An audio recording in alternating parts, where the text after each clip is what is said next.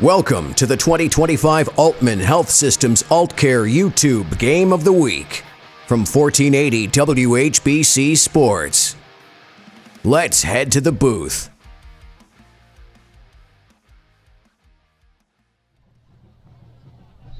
And good evening, everybody, and welcome to the WHBC YouTube Game of the Week presented by Aultman Health Systems and Aultcare.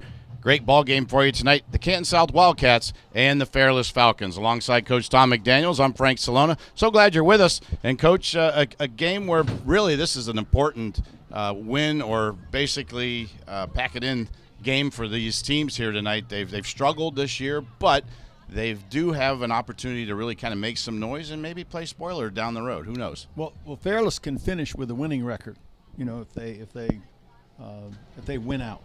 And South can finish with a 5-5 record, which, if that's the best you can be, they're going to fight like crazy to be that. We've got two young head coaches, not first-year guys, but young head coaches who have already experienced a measure of success at some point in their young past, and they're experiencing what you eventually will if you coach long enough. You know, those years that are less than satisfactory, but again, they've still got something to play for, and we expect them to play hard for it. Yeah, as we look down on the field here, you look at some of the players and the X's and O's.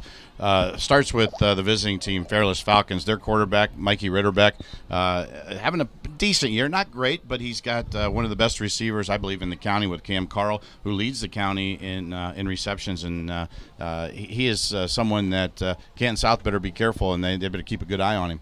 Well, I think Ritterbeck's statistics are better than you suggest. I think they're very good, except for the 11 interceptions that he's thrown. So he's got 15 TD passes, but he's got 11 turnovers. That's something that he'll want to rectify with whatever they have left of this season, starting tonight. Therese Conley on the other side of the football for Canton South, another nice receiver that can make things happen, a big play guy.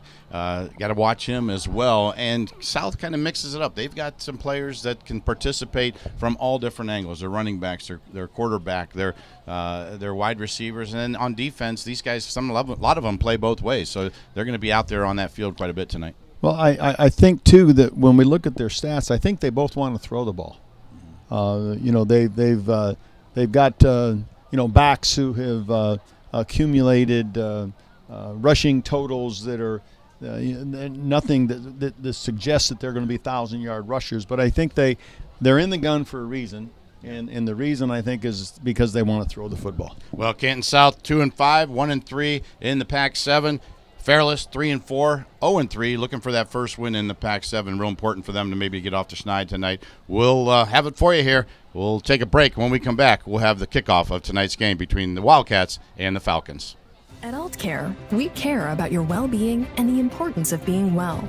You deserve access to the best in healthcare. With over 16,000 providers in network, Aultcare makes it easy for you to find a local provider you can trust. Our services are focused entirely on you. Aultcare's team of local physicians, nurses, dietitians, pharmacists, and more are available to help you navigate the healthcare system to receive the quality care you deserve. We take your healthcare personally because you matter.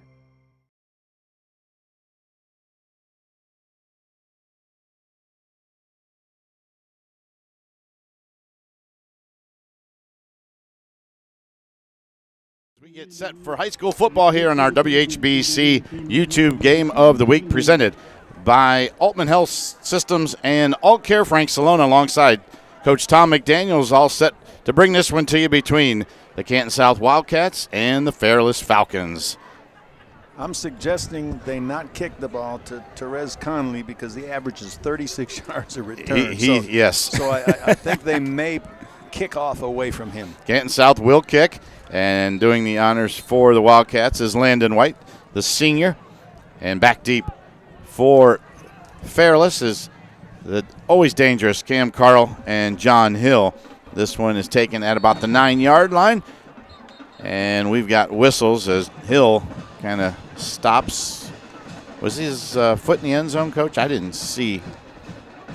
I don't think he was around the 5-yard line, wasn't he? Oh, they're going to say he did he wave for a fair catch? That had to be I think so. Yeah. That had to be inadvertent because I don't think you meant to. Yeah. No, when you average 36 yards in return, you don't want to fair catch the ball. He's not fair catching it. All right. Well, that's where the Fairless Falcons will start as we take a look at that starting offense for the Falcons here. Coming up here in just a minute, we'll take a look at their offense. Mikey Ritterbeck, their quarterback, going to go 2 wide on the near side. Here's a handoff to McVicker. And Troy McVicker on the carry. He gets about 2. Troy's one of a couple of running backs we may see for Fairless tonight, the other being. Yep, let's take a look at that offense there as Conley, Lancer, Miller, Riley, and Vaughn across the front. Told you about Ritterbeck, the quarterback, McVicker, and Kirby's the other running back you'll see in there. Dean, Carl, Gilkerson, and Curtis. Here's a pass out to the wide receiver there, Cam Carl. The always dangerous Cam Carl as he gets it out near the 20-yard line. I thought he had, yep, they're moving the chains. I thought he had a first down on the rip. So first down catch that time for Cam Carl. Jason West, our statistician tonight, along with our Claxon Communications crew. Happy to bring this one to you from Canton Township, the Wildcats and the Falcons of Fairless. We'll take a look at that Canton South defense after this play. Here is a handoff. This time, nope, Ritterbeck is going to hold it and carry it that time, and he just got back to the line of scrimmage. Fairless operating out of a 2 tight end set. 2 wide outs, 1 back in the backfield. That Wildcat defense you see there, Wakefield, Kelly, Bryson, and Bonner. That's Nolan Bonner across the front. Linebackers, McGirt, Carpenter, and Diego Batista. The defensive back, Lewis Conley, and that is Torres Conley, Spear, as well as Braylon Terrell. So a second down and 11. Ritterbeck going to roll this time, running out of room, and gets out of bounds after a gain of about 4 yards. Play action pass. Quarterback was hoping and fully intending to break contain, which gives him the option to throw to an open guy or keep it and get whatever he can get to running the ball. And that's what he chose to do because that was the right thing to do. So third down and 8 now for the Falcons. Opening drive of the ball game. 10:03 to go here in the first quarter. You're watching our WHBC YouTube game of the week. Here's a pass. Ritterbeck going to throw. Has a receiver, but off the hands of Aiden Curtis.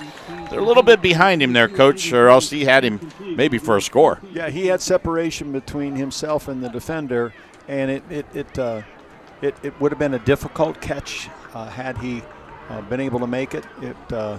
It was one of those unintended back shoulder throws. Looks like maybe did we have a penalty flag there, Jason? I think it was a sideline warning. Oh, sideline. Okay, so a sideline warning issued, but that's going to bring up a 4th down and 8 in the punting situation for the Falcons, and Peter Snavely will come in to punt it away. Actually, looks like Jameis Robinson, who's the kicker, going to punt it away now.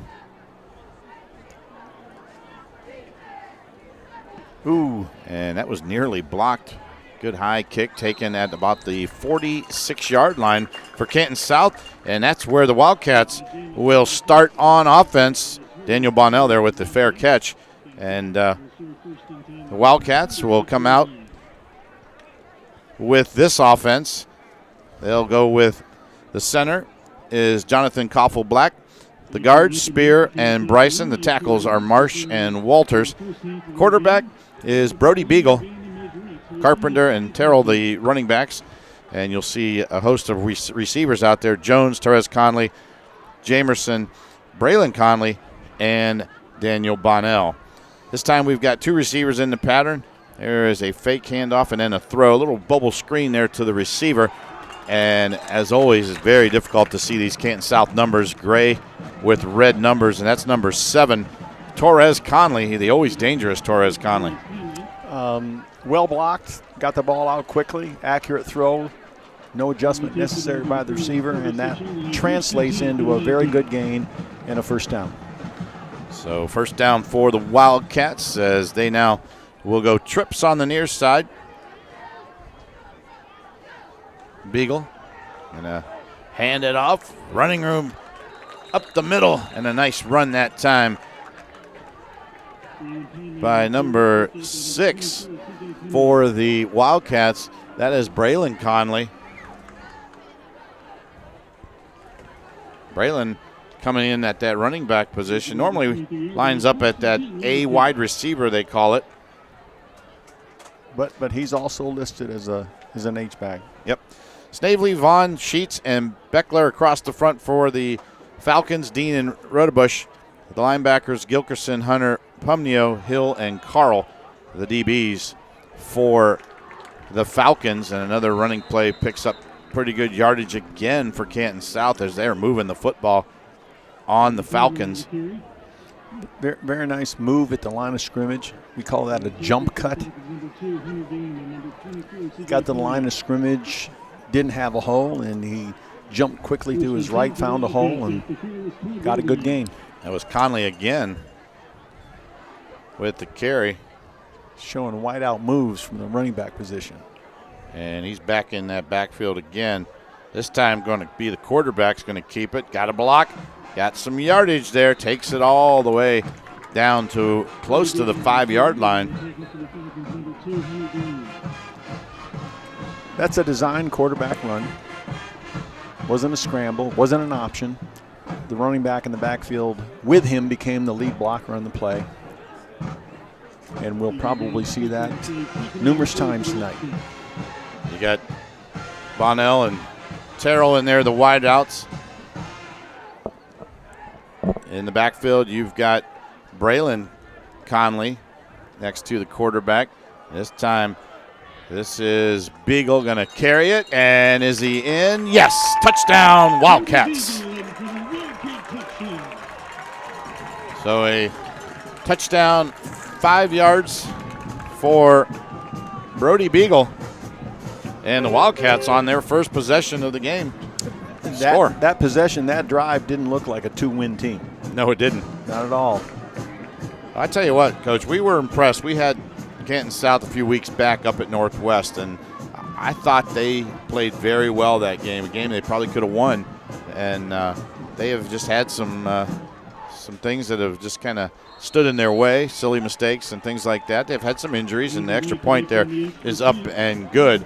But this team could be a little deceiving when you look at their record of 2-5 and 1-3. But good drive there to start the first drive of the ball game. We'll take a break. Wildcats lead at 7-0. We'll be back after these timeouts. A strong community brings people together and lifts them through all of life's challenges. At Friends and Family Credit Union, we believe a dependable financial resource is crucial for a strong community. That's why, in addition to our financial services, we support our neighbors whenever we can. Giving back to our community, we strive to be a part of the growth and success of our institutions, organizations, and neighbors. Because when they succeed, we succeed. This is Brian Bailey of Old Carolina Barbecue Company. It's pigskin time in Northeast Ohio, and you know that Old Carolina is the official barbecue of football. So if you've got plans to gather at a tailgate or in front of a big screen TV, be sure your buffet line is full of hearty party food. We've got tender hand-pulled pork to make all-pro sliders and hickory-smoked deep-fried wings that will score big points with your party guests. We're covering football fans at our 3 convenient locations in Canton, Massillon, and Alliance. Order online today at oldcarolina.com. Back here at Canton South. And before we can do anything, we've got flags here on the kickoff. It'll give us an opportunity to give you that Fresh Mark Sugardale scoring drive, predictably delicious since 1920. Here's Coach. Canton South with the early lead. They had a 5-play drive covering 54 yards. It took 2 minutes and 2 seconds to do it. And Brody Beagle negotiated the final 5 yards with a run. And Landon White, his extra point was good. And so at 7:49 of the first quarter, South has the early 7-0 lead. Alrighty, we're going to try it all over again. The Wildcats will line up again.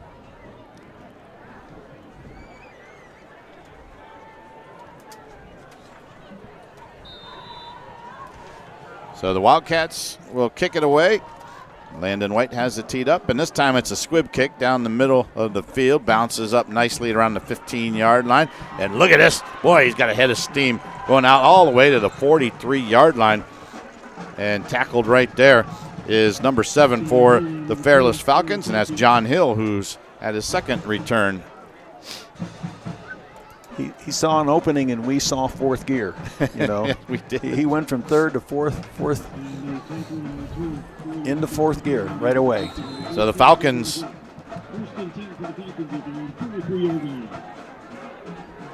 with Ritterbeck at quarterback. He's got 4 receivers in the pattern, 5 make it, and this one nearly intercepted and caught by Aiden Curtis. I don't know how that ball got through there.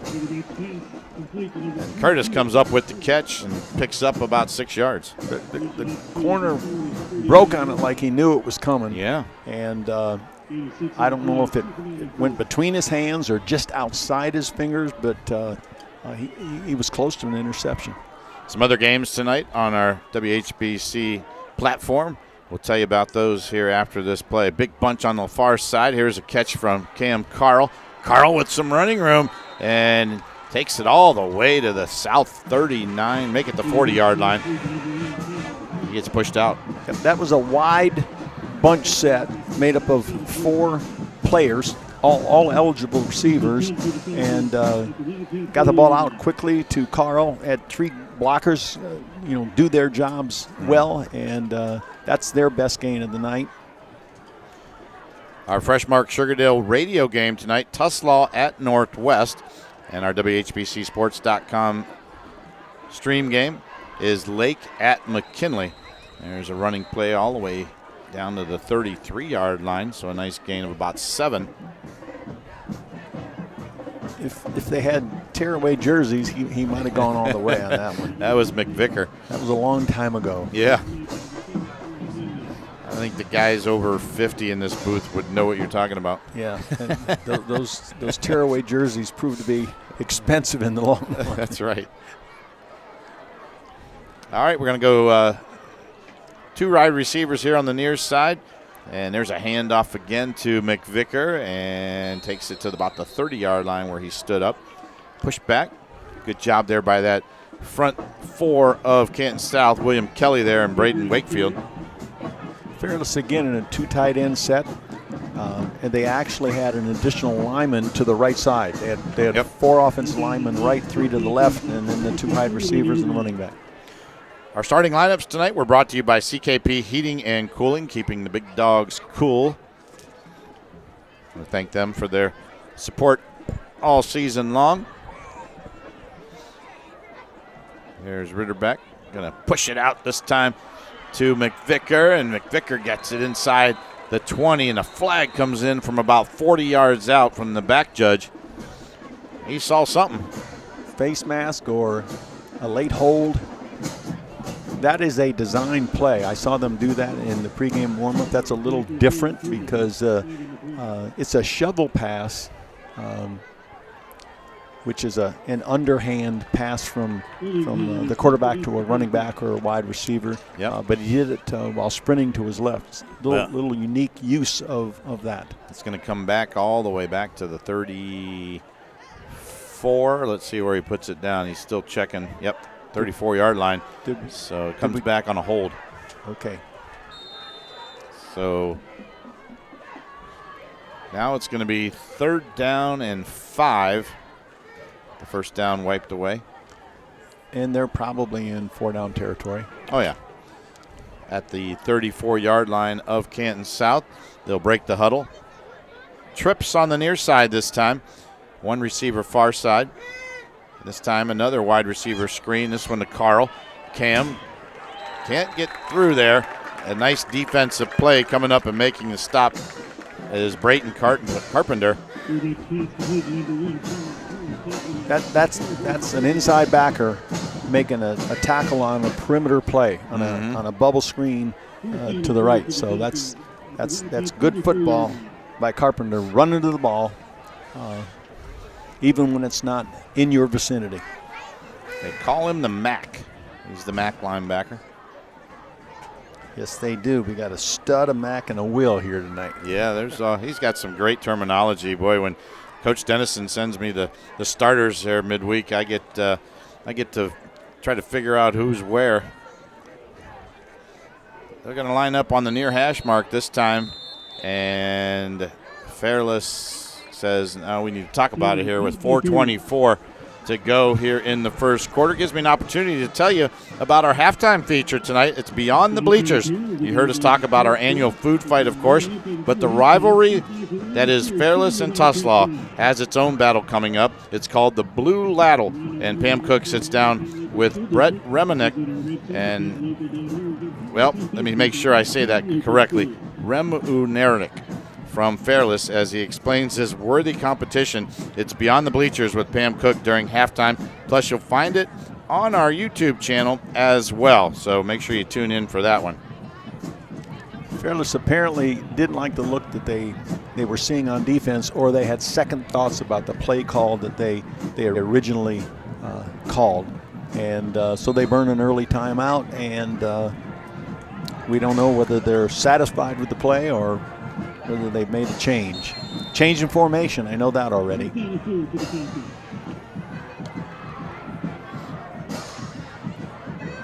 Back to pass. Now he thinks no can do, and he's going to have to run it, and tackled down at the 41-yard line is Ritterbeck. And it's going to be a loss and turnover on downs. A little bit of a trick play there. Unusual that they would do that into the sideline, into the boundary, because you've only got 17 yards of space to deal with. It would seem to me that would be a better play, a better trick play if you executed it to the field. So the Wildcats now on offense. A pass out to the wide receiver that time is Torres Conley. And good job there by the Falcons. Coming up, making the stop is C.J. Pumnio. Yep, they got him stopped before he got started there. We'll see that numerous times throughout the evening, that quick catch, set, throw by the quarterback to a wideout who's actually not running a route. It's a now route. 2nd down and 9 on the short gain. Here comes the blitz, and missing, but a good run that time, and coming up through the hole, doing a nice job, is Conley again. And Braylon Conley, boy, they just missed getting tackled in the backfield. Good blitz there by the Falcons. Yeah, it was a blitz to the Wildcats left. The play call was to the right, so he was a non-factor. Trips on the far side, and quarterback draw and getting nowhere. Nice play there in the backfield. Making the stop is big number 65, Greg Vaughn, a 6'1", 225 senior. Stuffing that one. Yeah, we saw that play earlier on the first possession inside the 10-yard line. It's a quarterback run, power play to the right side. 2:53 and counting here. First quarter coming to you live tonight from Breckbuehler Stadium.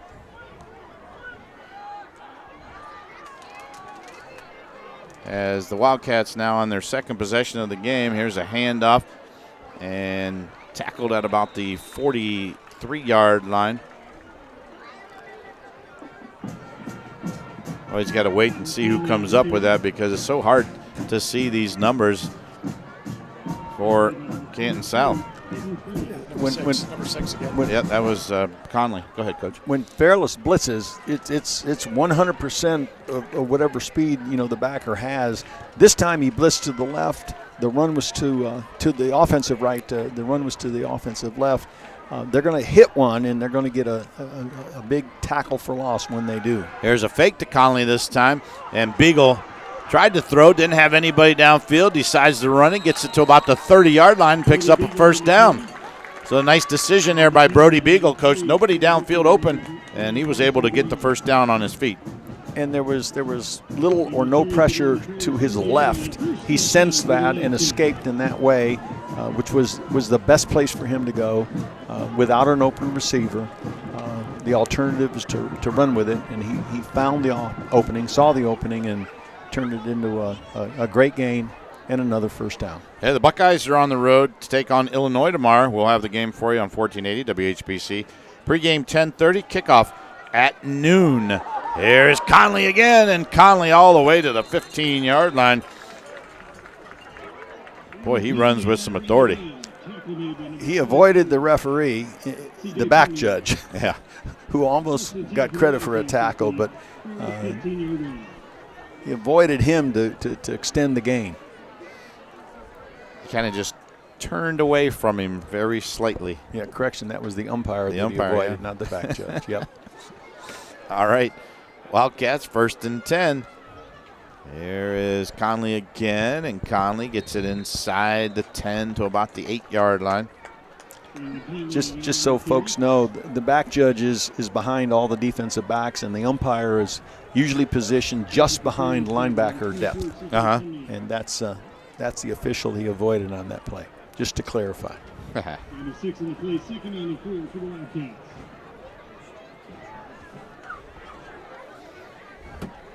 So it brings up a 2nd down and 4, under a minute to go here.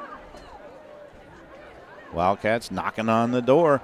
There's Conley, got tripped up at about the 4-yard line. Good defensive play there by number 20 for Fairless. We don't have that young man on our roster, do we? We can find it, though. That is Troy McVicker. McVicker, you're right. 5'11", 175 senior. Aha.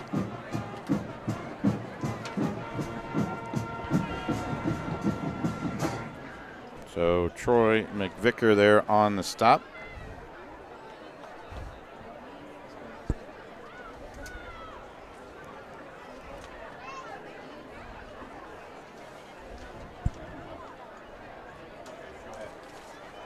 End of the quarter. That'll be the end of the first quarter as the clock winds down to triple zeros, and the home team with a 7-0 lead. The Wildcats on top of Fairless. We'll take a timeout and come back for quarter number 2 right after this timeout.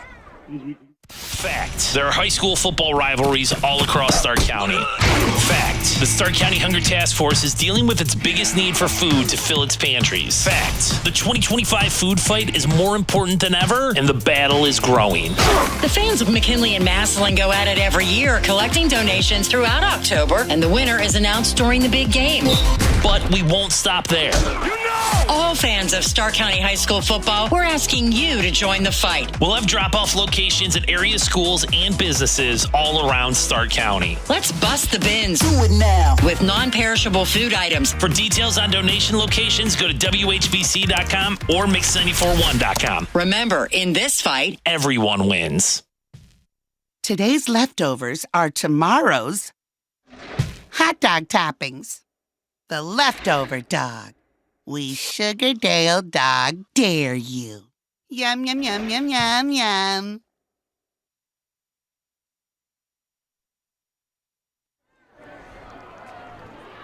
There's a handoff and close to the end zone. Did he get in? No, they are short of the goal line. So it'll bring up 2nd down and goal now for the Wildcats.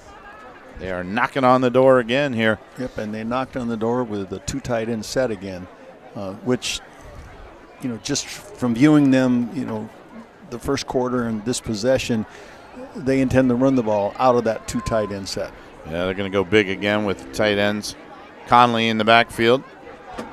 Beagle turns, hands it off. Conley into the end zone, touchdown. Quarterback under center, I think, for the first time. He was, tonight. yeah. So good drive again by the Wildcats, and they lead it 13-0 pending the extra point here from Landon White. And Canton South flexing their muscles a little bit, Coach. Absolutely. Nothing that they've done tonight resembles a team with 2 wins. They have looked good in their first 2 drives of the ball game. Landon White now for the extra point under the hold of Daniel Bonnell. Kick is up, and the kick is good. So with 11:18 to go here in quarter number 2, Canton South with a 14-0 lead. We'll be back after these timeouts. BMW of North Canton is your BMW premier headquarters. We offer a wide selection of new and pre-owned BMWs with exclusive offers, quick and easy service, and a team that's here for you. Right now, lease the 2026 BMW X3 30 X-Drive for $599 per month. Come in and ask about our BMW Ultimate Care oil services. Find your ultimate driving machine today on the north end of Whipple Avenue in North Canton. Visit bmwofnorthcanton.com. We're closer than you think and have everything you need.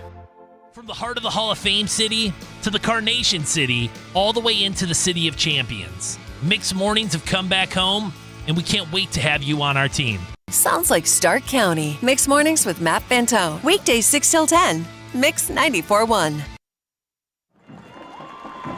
Back here at Breck Bueller Stadium, and a stunned crowd across the way from Fairless as their Falcons trail 14-0 here early in quarter number 2. And taking a look at that Freshmark Sugardale scoring drive, here's Thom. This time, it took 10 plays for South to score. A masterful drive, 57 yards in 5 minutes and 1 second. Braylon Conley, a 2-yard run. Landon White, again, the kick was good, and they have the early lead. 14-0 with 11:18 left in the second quarter. Short kick picked up by Hunter, and Hunter takes it close to that 37-yard line.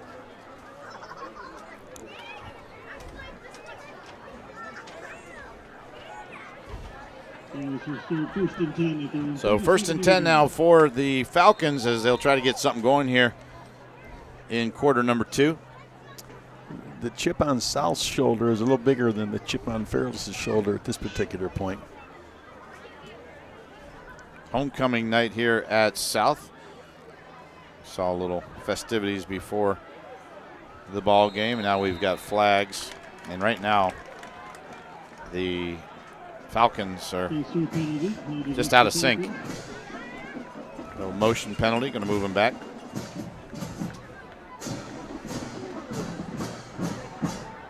Move the ball back to the 32-yard line. First down and 15 for Fairless. So we'll try it again.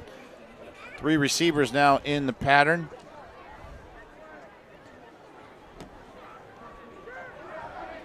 And here's a fake handoff, and now what? Oh boy. Motion again. Back-to-back procedure penalties. I know Coach A.J. Sarbaugh, he is not real happy right now. So it backs them up again. It's first down and 20 for the Falcons, who now are back to the 17-yard line. I'm sorry, 27-yard line.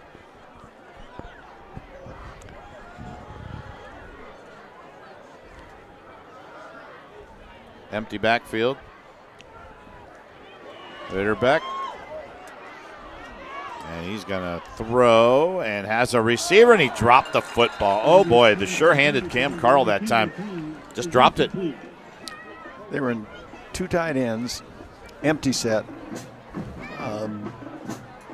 drop back pass intended was forced to escape to his right, and it became recess.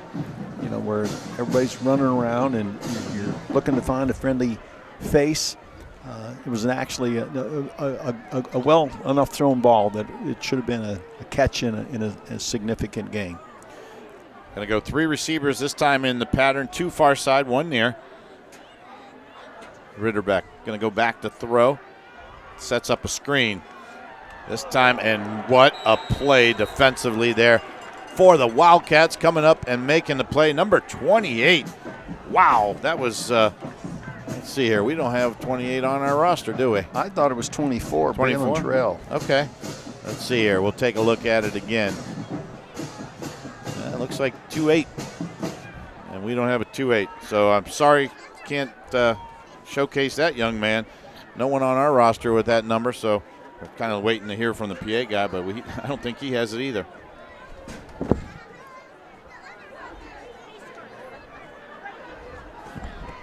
I'm being told that was Batista, Diego Batista.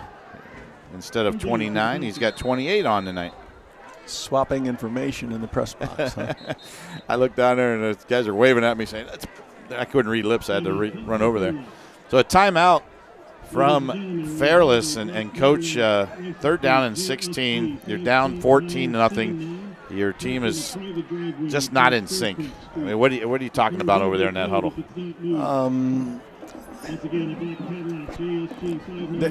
They look out of sorts. Yeah. Back-to-back procedure penalties with this possession on the first play of this possession.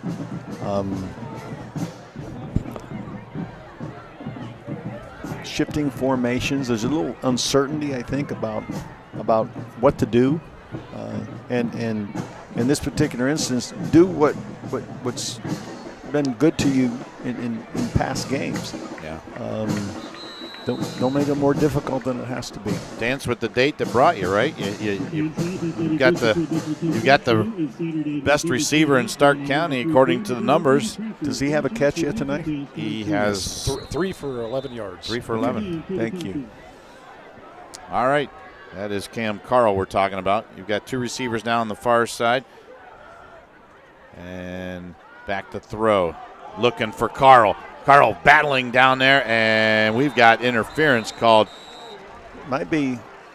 Boy, it could go either one. It could go either way. You're right. And that was Batista back there battling. I think Carl was. So it is going to go against the defense. So. Pass interference gives the Falcons a first down and all the way out to about the 46-yard line. I saw it as OPI. He said 3rd and 1. 3rd and 1? Yeah. Oh, they're short. Yeah, they are short. And my perspective and the referee's perspective isn't the same. Yeah. All right, 3rd and 1 then after the penalty. They were so far back they needed that penalty to pick up some good yardage. Here's a handoff. And with some running room is McVicker, and McVicker fights his way to the Canton South 45-yard line. And Troy McVicker picks up the first down for the Fairless Falcons. I told you about the Buckeyes. The Cleveland Browns are on the road after that trip to London. They play the Steelers in Pittsburgh. Dylan Gabriel's first start against a division foe. Pre-game at 11 o'clock, kickoff at 1 p.m.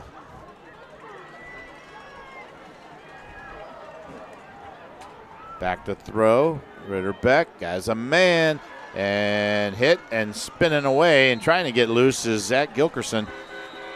And he's short of a first down. Play action pass, executed well.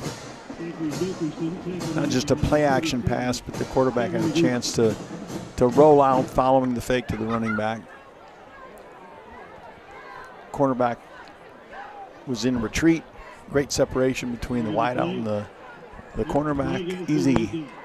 Easy reception. 1st and 10 now. I'm sorry, 2nd down and looks like long 2. 2, yeah, almost said 3, but 2. 9:21 on the clock. Falcons going to go 2 receivers here on the near side. Got a man in motion. That's Carl. And a handoff to McVickers. He busts it outside, bounces it to about the 28-yard line, and flags coming in from everywhere. Ouch. Referees' arms are going to be tired tonight after this one. Yeah, they are. That's that inside off-tackle run that bounces outside. And as is often the case, an offensive lineman, when the defender reacts to the outside run, he tries to escape to be involved in the play, and the offensive linemen sometimes are wont to grab a piece of jersey and delay their exit to the football. Got a holding penalty now. Going to move them back. It'll be 2nd down and about 5 now after the penalty. So Fairless showing some life here and there, but the penalties and the mistakes have cost them here in the early part of this ball game. Going to go 2 receivers far side. There's a fake handoff, and Ritterbeck rolling and decides to keep it and gets the first down. That's the same play that they ran, for the successful catch. Yep. No, he did not get it. He went out of bounds. He was on the far side there, and he's short of it by about a yard. So it's going to bring up 3rd down and 1. They're at the 37. Good eyes there, Jason. We saw positives for Fairless with that play 2 different ways. They were able to complete the pass the first time, the second time the quarterback coming, and that's the design of the play. It's a throw and or keep by the quarterback. Receiver in motion now is Carl. There's that push pass, shuffle pass, if you will. And picking up the first down is McVicker. I wonder if they do it that way because 6 is more comfortable, throwing that short pass as a shovel of sorts. Yeah. Rather than just a little touch pass, overhand the traditional way. Been very effective. A couple times they've used it here in the ball game. 1st and 10 now for the Falcons at the Canton South 32-yard line. Clock runs 8:15 and counting. I'm going to ask AJ about that when I see him. I saw AJ this week at a volleyball game over at Fairless. There's a pass incomplete. So he's a volleyball fan too, huh? Well, yeah. I think one of his sisters is a volleyball coach. I was there working a game, and he was in the crowd and came over, said hello. I know a lot of the football players there supporting as well, so they were all there. It's good crowds. And AJ's dad is coaching for him. He's part of this coaching staff. Jeff, coaching the quarterbacks, I believe. Jeff is always around. He's been a long time coach. There's it was going to be a handoff, and Ritterbeck turned around. The guy wasn't there, so he decided to run it. Somebody was wrong with the running back and the quarterback, and only they know. We don't know. Yeah. But he made the best of a bad situation. They always blame it on everyone but the quarterback, though, don't they? Well, the running back coach is blaming the quarterback, and the quarterback coach is blaming the running back. So they'll know for sure when they view the film tomorrow. 3rd down and 7 now with 7:30 to go in the first half. Don't forget to stick around at halftime. We'll have our halftime special with Pam Cook, Beyond the Bleachers. We told you about that one. As the flag goes down, tell you a little bit more about that. It's you heard us talk about that annual food fight, but the rivalry that is Fairless and Tuslaw has its own battle coming up. It's called the Blue Ladle, and Pam Cook sits down with Brett Remunerick from Fairless as he explains this worthy competition. It's Beyond the Bleachers coming up at halftime with Pam Cook. So we got 3 procedure penalties and a holding penalty. 2 holding penalties. 2 on this possession. On this possession, 1 holding penalty. Yeah. So they're overcoming themselves, and South is a worthy opponent in and of itself. You don't need to do that. Yeah, it's kind of been 1 step forward, 2 steps back here for Fairless, and now we're going to get another one. I'm not sure what they're seeing. The ball wasn't snapped. The motion man was not running toward the line of scrimmage prior to the snap, so I'm missing something. Well, that was on the defense. Well, that's maybe lined up in that neutral zone. Let's see. I didn't see the call. Did you? Nope, he did it so fast I didn't see it. Yep, it was a neutral zone infraction. Also coming up at halftime, we'll have scores, stats, analysis, and more for you. We've got some good ball games going on in and around Stark County tonight. Ritterbeck throws, little jump pass, got Carl flagged down. Cam Carl spins inside the 10 to about the 6-yard line. Let's see what the flag's all about. That's nice design by Fairless, by AJ or his offensive staff. And they are going to wave the flag off. So what they thought they saw wasn't there. That's Cam Carl lined up as the wide receiver to the outside, but instead of going vertical on his route, he went vertical for a short period of time, and then he ran what we call an under route. Yep. It's a shallow route, and he's running horizontal, not vertically. Linebackers are dropping. There's an empty void there between him and the linebackers, and it's a play that requires the receiver to be able to get yards after the catch, and he's more than capable of that. Well done. Well, very important drive here for Fairless. They've got to do something here, get some kind of points on the board. They trail 14-0. Clock is at 6:08 and counting here in the first half. Going to go trips on the near side.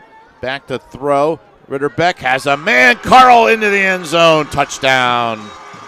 Cam Carl with the slant, and Mikey Ritterbeck hitting perfectly on it. That's why he's the leading receiver in Stark County, I guess, right? That's right. So touchdown Fairless, and boy, did they need that. Yes, they did. So Jameis Robinson now on for the extra point for the Falcons. Cut the lead to 7. Robinson has a foot into it, and it is up and good. So with 5:57 to go here in the first half, it is now Canton South 14 and Fairless 7. We'll be back after these timeouts. Life happens at full speed. Your internet should too. Introducing MCTV Accelerate Fiber, the fast, reliable internet that keeps your family seamlessly connected. With speeds up to 1 gigabit, Accelerate Fiber is perfect for work, play, and staying connected with loved ones. MCTV, fast, reliable, built for the moments that matter most. Upgrade today and experience the difference. Visit mctvohio.com or call today. Today's leftovers are tomorrow's hot dog toppings. The leftover dog. We Sugardale dog dare you. Yum, yum, yum, yum, yum, yum. We've all had a foot long, but who amongst us has had the courage to attempt a foot high? Stack it high. We Sugardale dog dare you. Yum, yum, yum, yum, yum, yum. Back here at Clyde Breckbuehler Stadium, Frank Cilona along with Coach Thom McDaniels, Jason West, our statistician, and we are a little bit closer now with the score. It's 14-7. Canton South with the lead. And Coach, after this kickoff here, we'll have you give us that Freshmark Sugardale scoring drive. As Robinson has it teed up. There's a high short kick, and I guess what? A flag. So while we sort that out, we'll have you do that. Jason, how many penalties again on this possession? They had 3 penalties for 25 yards. In spite of that, Fairless was able to cover 63 yards in 12 plays, utilizing 5 minutes and 21 seconds of the clock to do it. Cameron Carl with the 7-yard TD reception from Ritterbeck. Jameis Robinson's extra point kick is good. In spite of the penalties, they were 3 of 3 on third down, which didn't negate the penalties, but it was one of the reasons for their success in that possession. All righty. So we'll try it again. Robinson kicks this one. This one more of a line drive kick, picked up at around the 15-yard line. A little bit of running room, but it closes up quickly on the return. And with that return for the Wildcats is number 24. That's Braylon Terrell.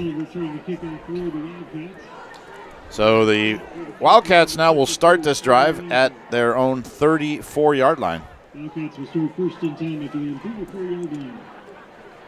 Well, we have breaking news. Our fall cash contest is underway.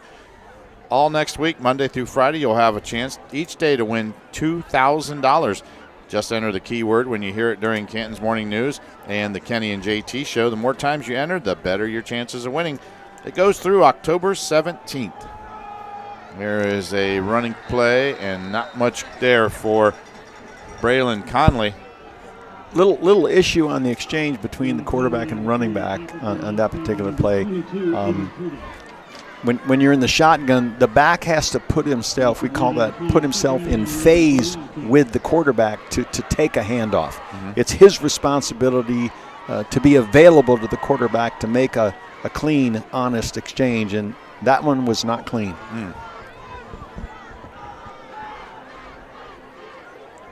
Beagle going to roll to his left this time, throws as a man, caught, and Torres Conley gets pushed out of bounds, so nice catch there. Nice throw by Beagle, sprinting out to his left. The 3 receivers all went vertical. The outside guy turned the vertical route into a deep comeback, but right-handed quarterback throwing on the run to his left, and it was an accurate throw.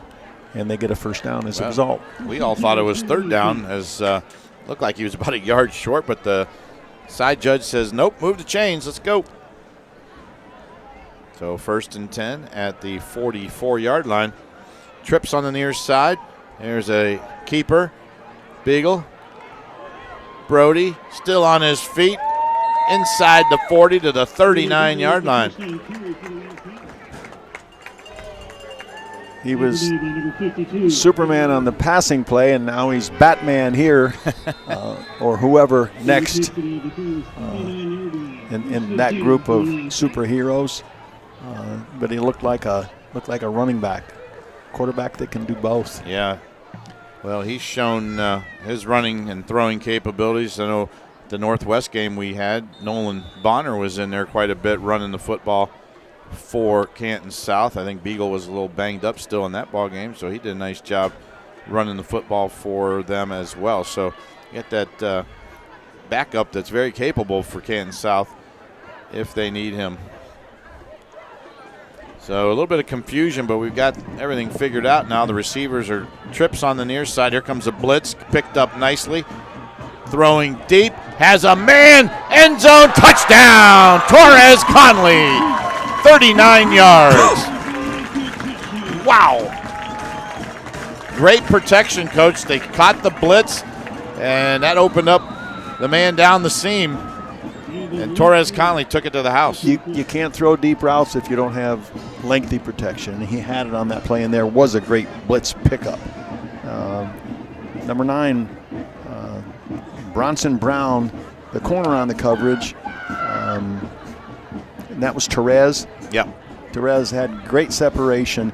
The ball was a little bit outside of the path that he was running at the time, and he made a nice adjustment, nice comfortable adjustment. It was effortless to catch a ball that was a little more outside than he expected. Well, after the play, there was unsportsmanlike conduct penalty. They're going to put that on the kickoff, and the extra point attempt is coming up here for Canton South. So Landon White will do the honors with 4:20 to go. Boy, that was a kick in the gut, really, when it comes down to it. Fairless had battled back. Here's the extra point. It's up, and it is good. So with 4:20 to go, in the first half. It is Canton South 21 and Fairless 7. We'll be back after this timeout. CKP Heating and Cooling is the go-to name for heating, cooling, and more. Local owners Chaz and Ty want to thank the community for their business and support. For heating, cooling, refrigeration, boiler work, sheet metal, custom fabrication, and more, go with CKP. Call 330-791-3029 or visit them online at ckphvac.com. I'm Miles Garrett of the Cleveland Browns, proud to be a member of Team Sarchon.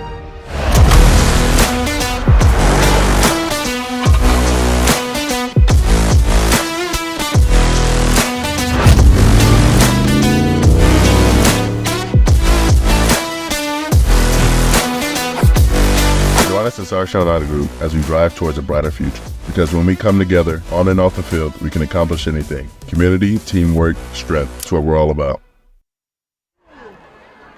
Back here at Breck Buehler Stadium, Frank Cilona, along with Coach Thom McDaniels, Jason West, our statistician, and Canton South has struck quickly. And after the kick here, we'll have the scoring drive. This is a line drive kick taken. Oh, it gets by the receiver that time, and now it's picked up at the 20 by Cam Carl. And he's got nowhere to go, and a flag comes in late. Way back. It's going to be on South, I believe. Let's see what the call is. We'll get that holding. Going to go against the defensive team. Interesting. All right, so that and a sideline warning to boot. So let's see where they marked this. Coach Matt Dennison going out trying to get an explanation. While he's doing that, Coach, let's go ahead and get that Sugardale Fresh Mark update. Yeah, South has 3 possessions and 3 touchdowns on the evening. This possession, 4 plays, 66 yards. Only taking 1 minute and 37 seconds.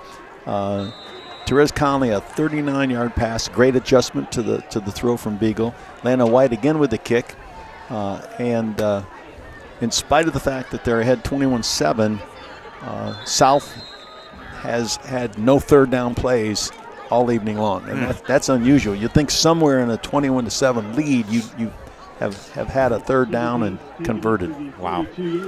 All righty. Well, that play there was the one they've run a few times. That was the little shuffle pass to Troy McVicker. Always to the right now, I think. Yeah, he picked up 6 that time. Going to go 2 receivers now on the near side. And we've got a motion penalty. Hunter Dean tried to get a little early start. How many penalties, Jason, is that on Fairless? That's 7. 7 in the first half already. For 45 yards. Wow. See, I was a big believer in the readiness to play. I'll talk about that more in a minute. 2 receivers now on the near side, 1 far side. 3:24 and counting here. And boy, oh boy, I could see that coming. Cam Carl turned upfield about a second or 2 before the snap. Again, I called it game day readiness. And you can have 4 great days of practice, but if you're not game day ready to play, then those 4 good days of practice are wasted. And it's every player's responsibility to have himself game day ready to play. So far this evening, Fairless doesn't look like they're game day ready as a team. No. Yeah, I'd hate to be in that locker room at halftime. I know Coach Sarbaugh and his staff probably aren't real happy right now with the mistakes. That's 8 penalties so far here in the ball game. There's a keeper from Ritterbeck, and that one not really going too far. Brings up 3rd down in about 3. Or now they move it up a little bit, maybe 3rd and 2. What's Fairless's third down conversion? 3 of 5. 3 of 5. That's pretty good. So Falcons now with they're calling it 3rd down and 1. Clock at 2:36 and counting. Taking a long time in that huddle, but the play clock is stuck on 25. I've not seen it move all night. Have you, Coach? No. There is, oh boy. No, not a flag, but timeout called by Canton South. So the Wildcats are going to take a timeout. Gives us an opportunity to tell you about Canton's morning news.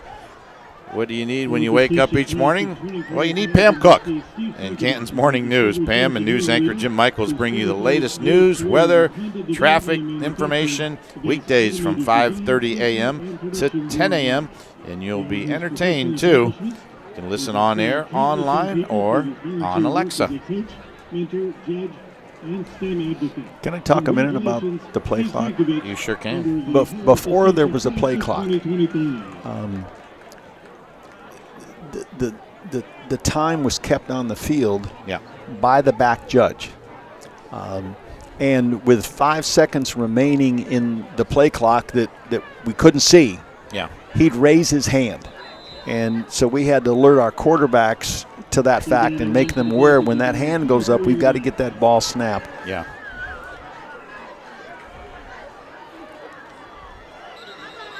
Ritterbeck gonna bark out the signals, and now what? It's a huge advantage to be able to see the clock. They're yeah. They're sending winding down to 0. They're sending. Who did they send off there? Number 2 for Fairless. They sent Hunter Dean off equipment issue field. I don't know. It's just they just said you got to go, and he walked off, and someone else came on. I don't know why. Nor do I. So it's been crazy. Do we have a full moon tonight or anything? I don't know. Well, that was 2 or 3 nights ago, I think. Okay. All right. We've got a man in motion. That's Cam Carl. Fake to him. Ritterbeck keeps it, and he gets the first down. Gets it out to about the 47-yard line. So Fairless does get the first down. It's been a crazy first half. 21-7 our score. It's a hard game to call offensively when you have this many penalties. Oh boy. You're behind the sticks. You're just out of sorts, out of sync. No question. Got a stack here on the left side, but back to pass Ritterbeck. Looking, throws downfield, has a man. Oh boy, Cam Carl comes up big with the catch that time. He got behind the defender, and actually that pass was beautifully thrown by Ritterbeck over everybody's head. Coach, let's take a look here. The side judge is calling it a catch. The back judge had no clue because he was too far away and didn't have a good angle on the sideline. There he is right there. He got a foot down. He Looks is like good. It. Yep. So 1st and 10 for Fairless, and they've got an opportunity here with 1:56 to go on the clock. There's that push pass, I guess we'll call it. Vickers, and McVickers gets to about the 25, and that time, Coach, they went the other way. It was on the left side. Yes, they did. They broke the tendency. And guess what? We've got flags. Holding. Penalty number 9, right, Jason? 9. Penalty 9. 8 in this quarter. Wow. Wow. So. And it's difficult back to make yourself game day ready during the game. Yeah, and guess what? Another flag. There's a pass. Caught. Touchdown. And let's see. That was John Hill, I believe. Yep, number 7. And is this one coming back, though? Let's see. What a great throw. What a pretty throw. It was beautiful. Led the receiver. My, oh, my. And we've got motion on the offense coming back. You know, you might want to just keep that flag in your pocket. I want to look. I mean, some of these. I mean, I'm watching the offense too because that's what we're going to talk about. They dictate the next play. Let's see if we can take another look at that here. See if Casey can get it up for us here. There it is. It's after the snap though. Yeah. My goodness sakes. Oh boy. That's a killer there. Yep. That's a gut punch if you ever had one. Cam Carl in motion. And oh my goodness. Delay. Yep. Jeez. 11 penalties. I wasn't joking when I said that the referees would have a sore arm after the night. They have thrown some serious flags. So they are back to the 45-yard line. It's first down and 27. Minute 38 and counting. There's a pass, caught. Gilkerson, and he gets it inside the 40 to about the 42-yard line. Trying to get more yards after a catch rather than jumping out of bounds and stop the clock. Yeah, that's something you certainly have to think about for sure. Ritterbeck going to roll right this time. Throws, has a man wide open, and a nice job there making the catch. I thought we were going to have a penalty on that play. Zach Gilkerson was just getting set in his stance when the ball was snapped. That was Aiden Wise making the catch. Number 10, he's a senior, 6'2", 160 pounds. So what was first and 27 is now 3rd and 9, so it's a little bit more manageable. Well, the original line of scrimmage for them was the 28. Yeah. So they've got to get to the 18. Ritterbeck going to throw, going to run, gets it to about the 20. That's another flag. Unbelievable. 27-yard line.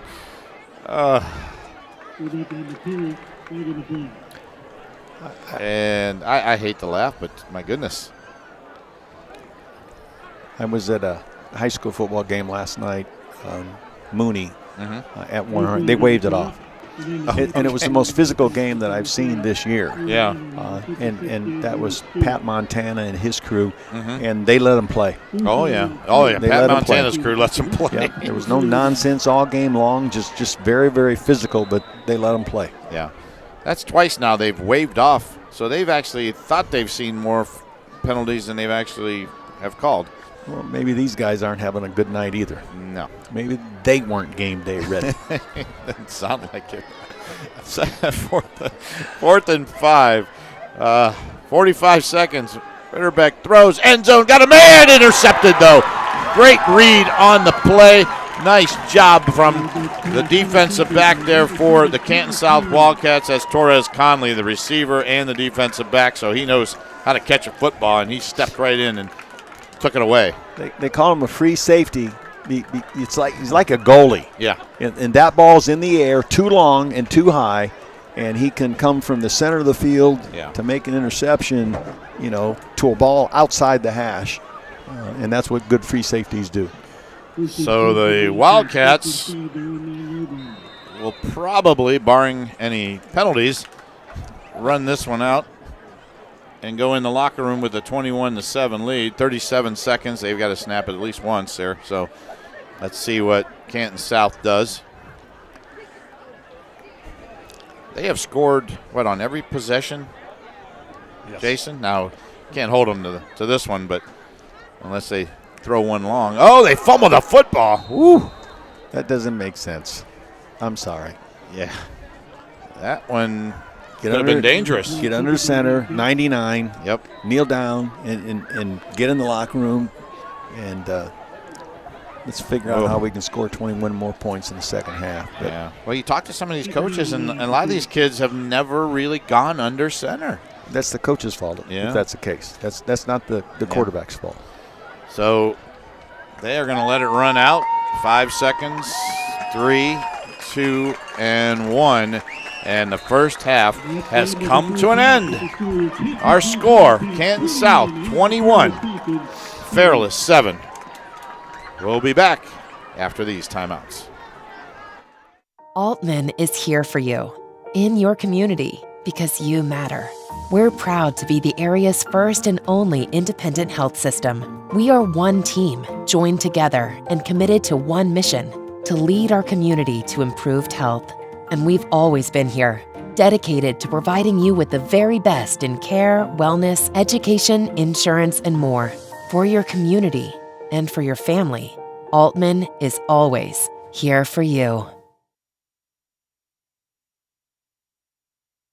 This is Brian Bailey of Old Carolina Barbecue Company. It's pigskin time in Northeast Ohio, and you know that Old Carolina is the official barbecue of football. So if you've got plans to gather at a tailgate or in front of a big screen TV, be sure your buffet line is full of hearty party food. We've got tender hand-pulled pork to make all-pro sliders and hickory-smoked deep-fried wings that will score big points with your party guests. We're covering football fans at our 3 convenient locations in Canton, Massillon, and Alliance. Order online today at oldcarolina.com.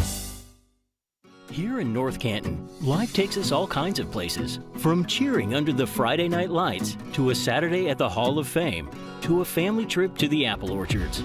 Here at Toyota of North Canton, we have the perfect vehicle to get you there. Right now, get the 2025 Toyota Tacoma SR5 for 2.99% APR, including our exclusive lifetime warranty. ToyotaofNorthCanton.com.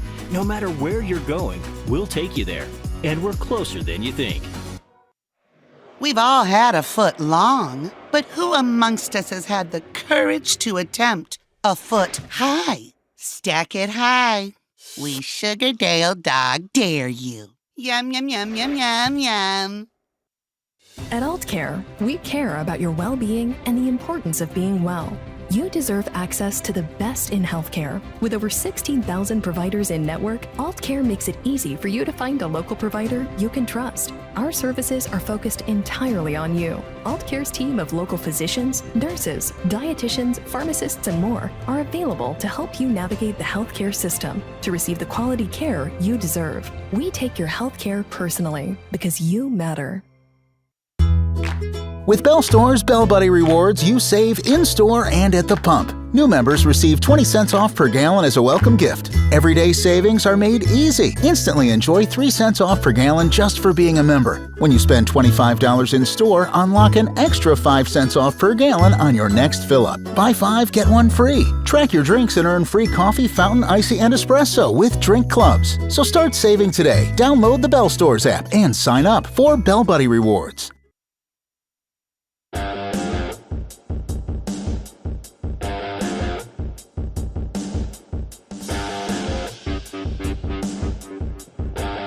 Welcome to this edition of Beyond the Bleachers. I'm Pam Cook, your host. And boy, it is October. That means it's time for our annual food fight, our 2025 food fight. And of course, everything we do during food fight time is to benefit the Stark County Hunger Task Force. And with us today is Stephanie Sweeney, who is the Executive Director of the Stark County Hunger Task Force. Hi, Steph. How are you? Good morning. How are you? I'm doing great. So we're keeping busy, right? We've switched things up a little bit this year. So we're adding to the mayhem. We are. We have so many drop-off locations this year. It took our driver 2 days to deliver everything. So it's a good start. That's awesome. That's awesome. And I'll take a step back and tell folks who are listening, we just felt like you guys have such a critical need right now that adding in some other schools to the food fight, some more rivalries would really help the cause, because that's basically what it's really all about. So talk about your need and why this is good that we're doing this. Firstly, I'm so grateful for the new schools that hopped on board with us. We obviously had McKinley-Massillon matchup. Now we have Jackson-Hoover and St. Thomas and Central.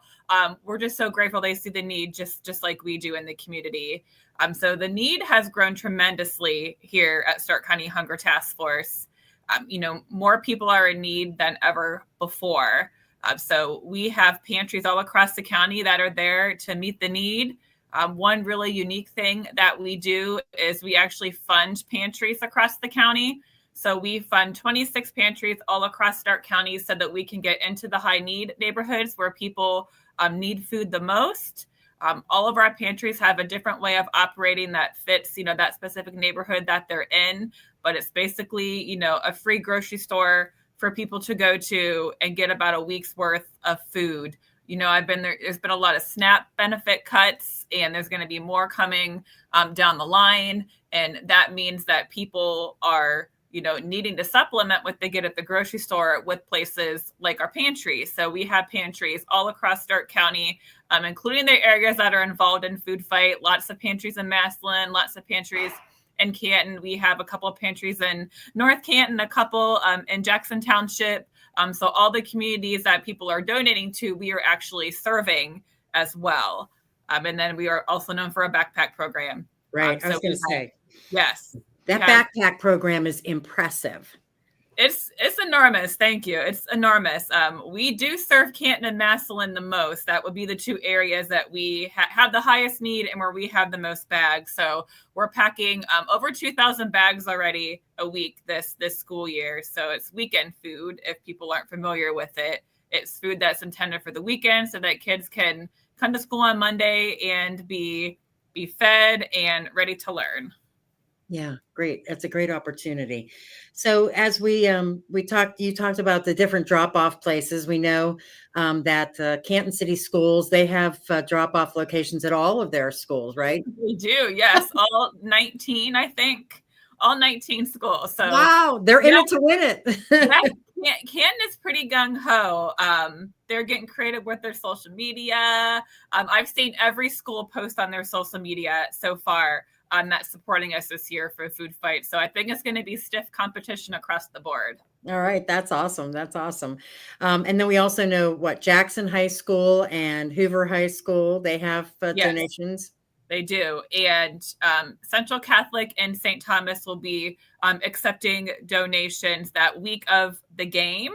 Mm-hmm. And they can still go online, though. We have our website open. If you just type in starkhunger.org/foodfight2025, you'll see a list of all the schools and all the drop-off locations. And you can actually make a monetary donation to any of those schools, including St. Thomas and Central right now. And then all that funding comes back to us to support our programs.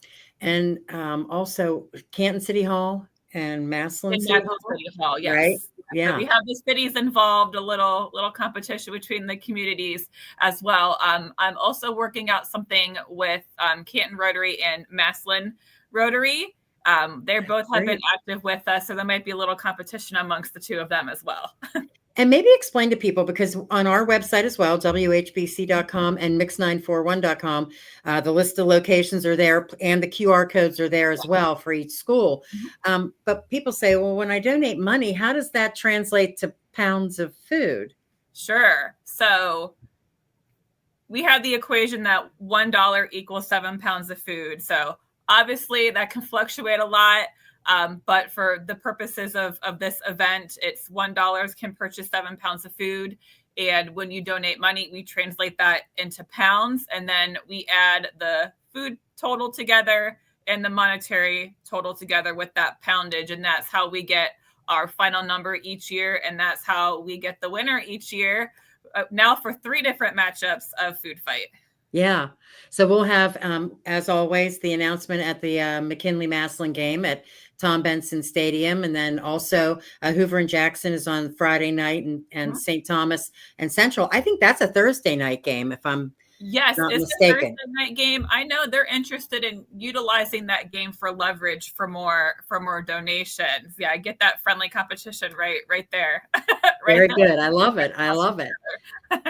All right. Well, we are, like I said, we are hoping this is the best year ever, and we're pushing. And, McKinley and Massillon, McKinley is always very strong in this event, we have to say. Yes. So Massillon, we're challenging you. Let's go. Let's get it done. I know. I think Massillon is overdue for a win for sure. And they seem really gung-ho this year as well.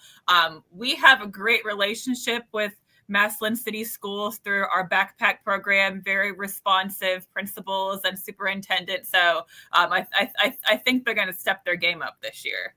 All right. So go to WHBC.com, mix941.com, find a location where you can drop off some non-perishable food items or make a monetary donation. And Stephanie, I can't wait to see what our final tallies end up being this year. I know. It's one of my favorite events every year. I'm super excited this year.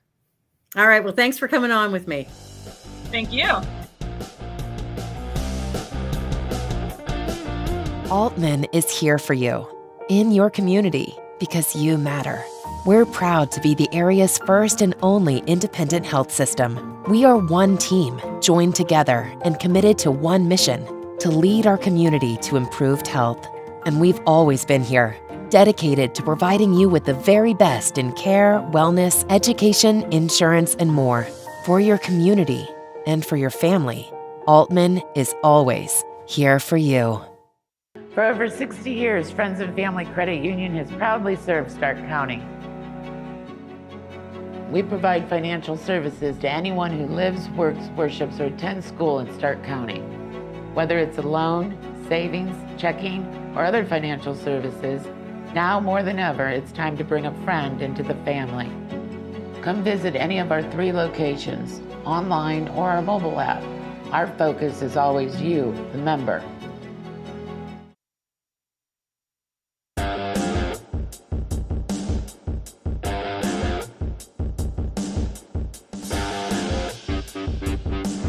And welcome everyone to this edition of Beyond the Bleachers. I'm Pam Cook with you.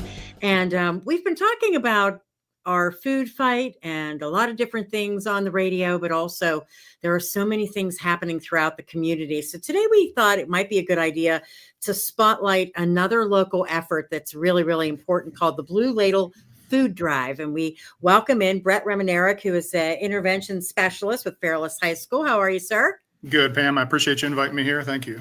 Yeah, glad to have you. And, you know, we started our discussion talking about food because we've been doing that for a long time and it's important, but that doesn't mean that the Blue Ladle Food Drive isn't as important to especially the Tuslaw and Fairless communities, correct? Yeah, we've been doing our own thing down here for the last, I've organized it at Fairless since 2018. It's been a thing a few years before that there though. So I know the big one in the county is like Massillon, McKinley though, but for our small communities, it has developed into a pretty big deal over the last several years though, that something we're both proud of, Tuslaw and Fairless though. So yeah, just want to come on, talk about what it's all about, maybe share some information with people if they want to donate to either school and go from there. Yeah, that'd be great. And yes, you have collected a massive amount of food over the years. And I mean, this is, you guys, they show up and show out, don't they?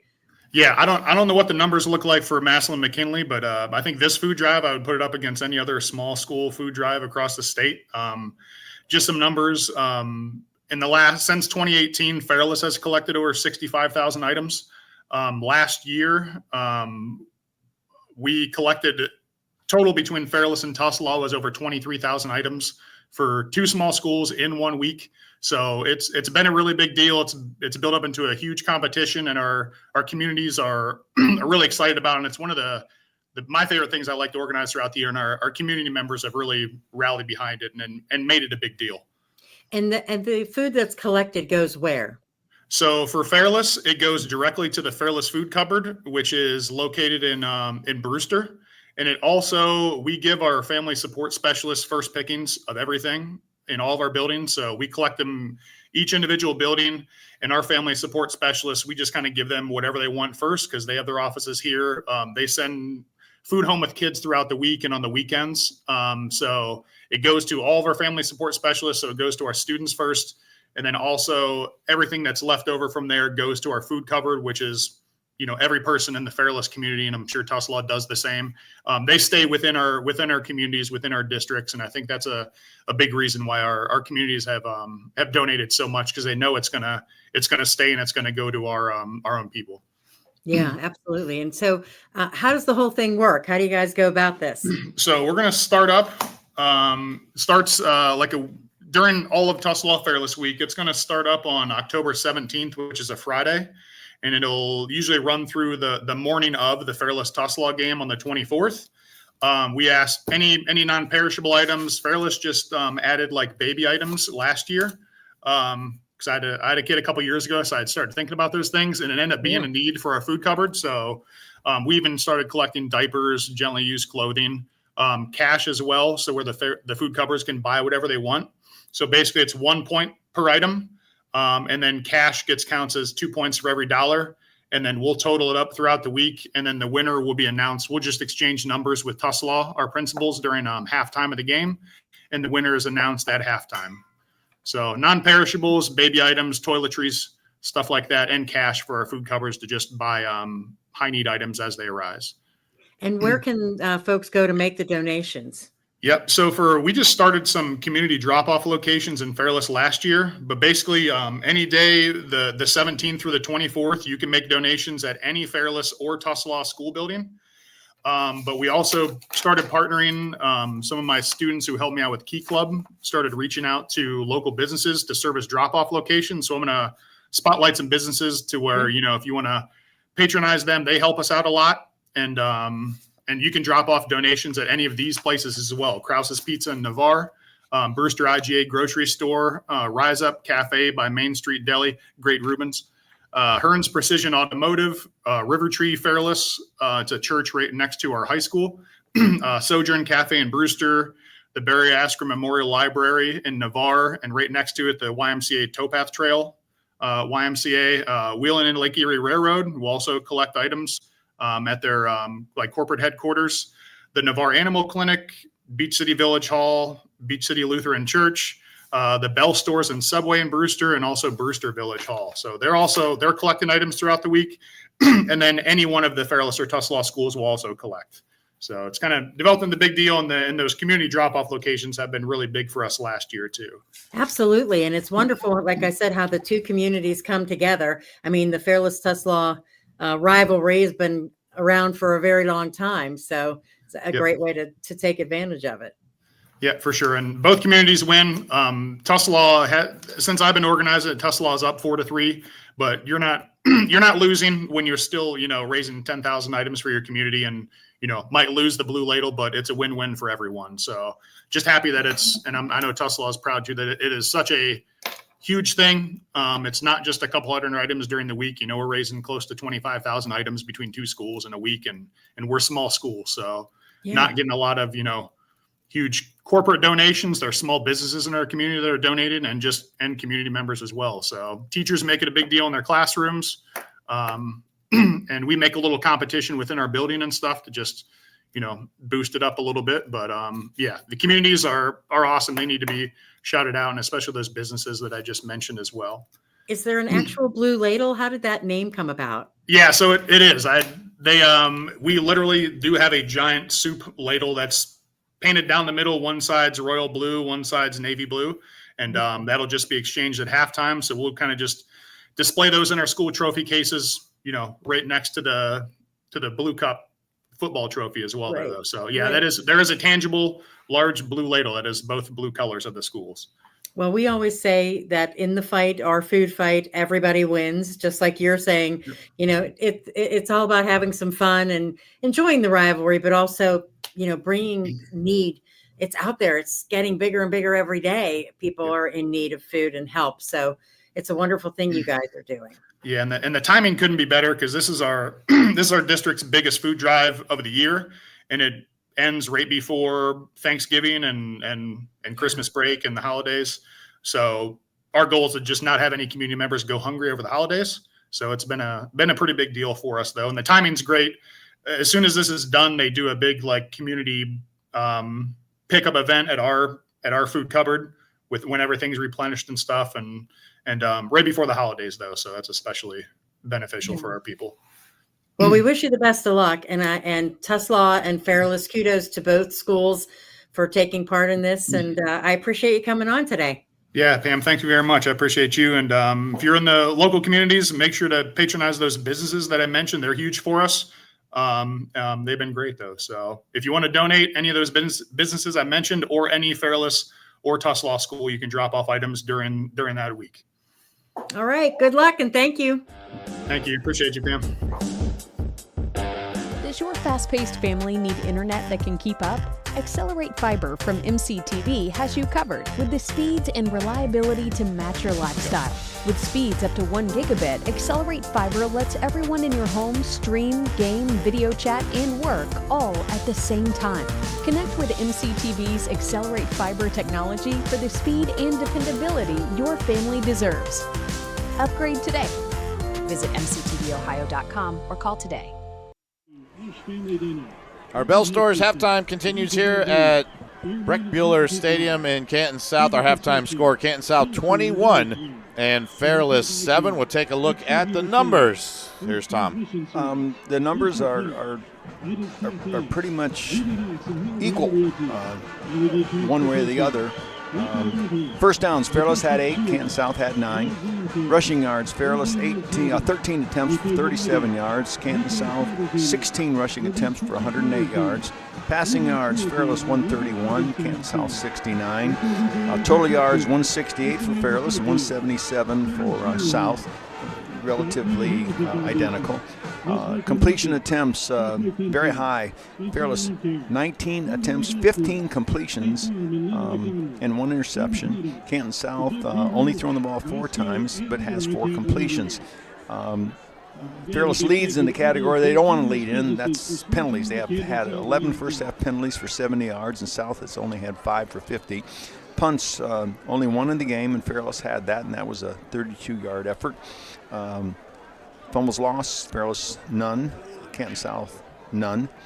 Third downs, Fairless 4 of 7, and this is the stat of the night. Canton South hasn't had a third down opportunity yet tonight, which also explains why they're ahead 21-7. Fourth downs, 0 for 1 for Fairless, and Canton South hasn't had a fourth down attempt either. All right, Coach, thank you so much. We'll take a break, come back with the opening kickoff of half number 2 right after this. Does your fast-paced family need internet that can keep up? Accelerate Fiber from MCTV has you covered with the speeds and reliability to match your lifestyle. With speeds up to 1 gigabit, Accelerate Fiber lets everyone in your home stream, game, video chat, and work all at the same time. Connect with MCTV's Accelerate Fiber technology for the speed and dependability your family deserves. Upgrade today. Visit mctvohio.com or call today. Fact. There are high school football rivalries all across Stark County. Fact. The Stark County Hunger Task Force is dealing with its biggest need for food to fill its pantries. Fact. The 2025 food fight is more important than ever, and the battle is growing. The fans of McKinley and Massillon go at it every year, collecting donations throughout October, and the winner is announced during the big game. But we won't stop there. All fans of Stark County High School football, we're asking you to join the fight. We'll have drop-off locations at area schools and businesses all around Stark County. Let's bust the bins. Do it now. With non-perishable food items. For details on donation locations, go to WHBC.com or Mix941.com. Remember, in this fight, everyone wins.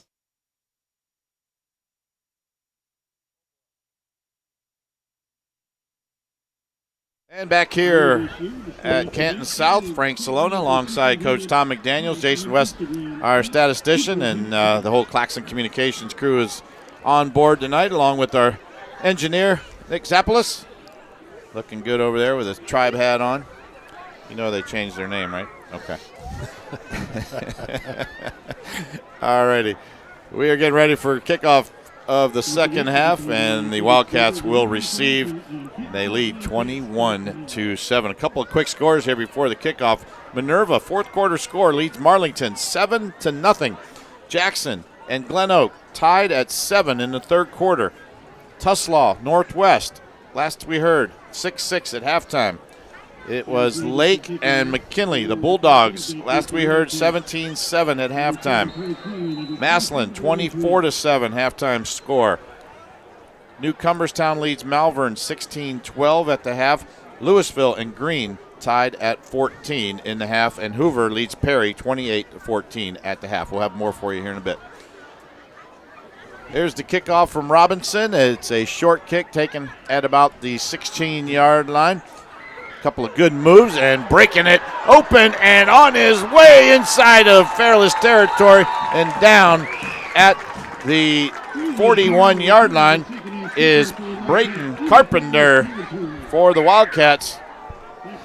I was wondering if Fairless had collected themselves at halftime, and we're going to put that bad first half behind them and get off to a good beginning here. But that was an excellent return, by South. I beg your pardon. That was Braylon Terrell, number 24, not 4, and South is in great field position. They officially mark it at the 42-yard line of the Fairless Falcons in Canton South. And Brody Beagle at the controls will turn, hand it off. That is Conley. And Conley gets to about the 36-yard line. And Braylon Conley picks up about 6 yards, makes it 2nd down and 4. Frank, Chief Rahu never dies. He doesn't. 11:20 and counting, just underway here in quarter number 3. Beagle going to keep it. Gets the first down to about the 31-yard line. Or might have gotten to the 30. Let's see here, but it is enough for the first down. Emphasis on the run game here early in the second half with good results. Good kickoff return to begin. Yeah, 42-yarder. First down. Canton South has had pretty good field position in this ball game. They've given themselves great opportunities. And the play clock's working now. It is working. Play clock is down to 3-2, and they snap it. And Beagle going to keep. Gets it to about the 26-yard line. So Brody Beagle with the pickup of about 5 yards. Going to be 2nd down and 5 for the Wildcats. And South trying to put this one away as early as they can. In Fairless trying to get them in a 3rd down situation. Yeah, they've not had one. I don't know if you heard Coach say that at halftime. South has not had a 3rd down in this ball game yet. And here we are with just under 10 minutes to go in quarter number 3. Here is a handoff, bouncing it outside. Conley, and they're going to have one now. He's going to have one now because he's just short. So 3rd down and 1. It's uncharted waters here for them. Well, let's see how they handle that. What do you call? I suggest a run play, and I think they're in 4-down territory. They haven't had a 4th down either. That's a efficient offense. So they will have it, 3rd down and 1. Let's see what Beagle and the crew do here. There's a snap, gives it to Conley. Got the first down and more. Gets it to the 15-yard line. A pickup of 7 and a first down for the Canton South Wildcats. And they move the chains, and the clock continues to roll here in 3rd quarter. 9 minutes and counting. The food fight is on, and it's growing. Massillon, McKinley, Jackson, Hoover, Central Catholic, St. Thomas Aquinas, they're all in for the food fight this year. Yes, they're true rivals, but they're also working hard to gather as much for the Stark County Hunger Task Force as possible in this year's food fight. We'll tell you more here in a minute. Here's Conley. Bounces it outside and pushed out of bounds at about the 10-yard line. So Wildcats continue to move the football. With the lead. Very content to run the ball if it's working, and it's working. Absolutely. Yep. Hey, if you want to take those non-perishable food items to any of these schools mentioned, Canton City Hall, Massillon City Hall, and WHBC Studios, plus Fulton Drugs and Medicap Pharmacies are sponsors this year. For more details or to make a monetary donation, go to WHBC.com. 2nd down and 5. There's a handoff to Conley. to the 5, into the end zone, touchdown, and a flag comes in late. He showed the ball. He showed the ball before he crossed the goal line, and that's going to cause a flag every single time, probably. Nope. No, there was a holding before that, so that's going to move it back. And I think Coach Dennison might have had a word with him. Yeah, well, showing the ball before he crossed the goal line is gonna end in a scold on the sideline. I would hate to have played for you and come back after doing something like that. Would you have passed me on to like Coach Neff or someone else, or would you have handled it? No. I would just tell you keep on moving to the locker room. Keep going. Don't stop. Keep going. All right. 2nd and 12. Here's the handoff, and Conley gets it inside the 15. I liked it when the guys that scored gave the ball to the referee and then ran to celebrate with the 10 guys that helped them get in there, whether it was an INT for a touchdown or a touchdown catch or a touchdown run. Yeah. Give the ball to the referee and run and celebrate with the other 10. 3rd down and 9. Clock at 7:55 and counting. Trips on the far side. Beagle going to throw. Looking. Throws. End zone. That's picked off. Picked off at the 5. Little bit of running room. That is Hunter. And Hunter down the sidelines. He's going to go 95 yards for the score. Touchdown. Fairless. Ontrell Hunter.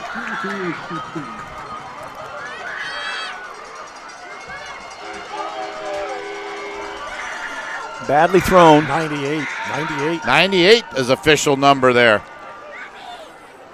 And we always told our guys, don't block behind the runner. Ontrell. Wow. There's a block by 2. They might have got away with one. Big play. That is a momentum shift if I've ever seen one. 98 yards on the return from Ontrell Hunter. And Fairless is back in it. He looked like a track guy, too. Extra point attempt is up, and it is good by Jameis Robinson. And with 7:32 to go here in the 3rd, Fairless has closed the gap, 21-14. We'll be back after this. We provide both service like preventative maintenance on your local residential house. We provide custom ductwork. We do residential and commercial HVAC, and we do refrigeration for restaurants, for gas stations. We can fix your furnace, or we can fix your rooftop at your place of business themselves. Also, it's the comfort of your home. I mean, you want someone that's experienced and done it all to make sure your home is comfortable in the temperature you like it.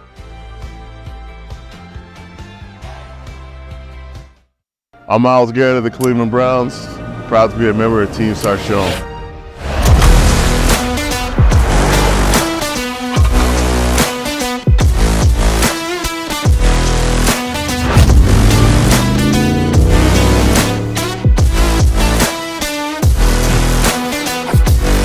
Join us at Sarchon Auto Group as we drive towards a brighter future. Because when we come together, on and off the field, we can accomplish anything. Community, teamwork, strength, that's what we're all about. Well, Ontrell Hunter gets the Falcons back in this one, and Coach will have that real quick scoring drive for us. Go ahead. Yes, we do. We didn't have a clock on that, but Ontrell Hunter with a 98-yard interception return for a touchdown, showing great speed. Jameis Robinson's kick after the touchdown was good, and we've got a 7-point ball game now with 7:32 left in the 3rd quarter. We'll see how this impacts the remainder of this game. Fumble on the kickoff, and down on it are the Wildcats. And that'll go in the bank of the play of the game, you know. Oh yeah, we got not decide that now. That could be our MCTV replay, key play replay right there. Yep. Casey's got that one in the can already. All right, that scoring drive, by the way, brought to you by Freshmark Sugardale, predictably delicious since 1920. Picked up some bacon, by the way, last night. Sugardale. You did? Yeah. That's good. You a bacon guy? Love our bacon. Oh, yeah. There's a handoff.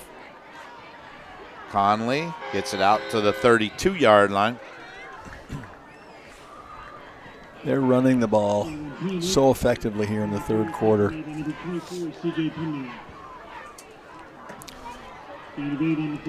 So a pickup of 8 on the play, and it brings up 2nd down and 2.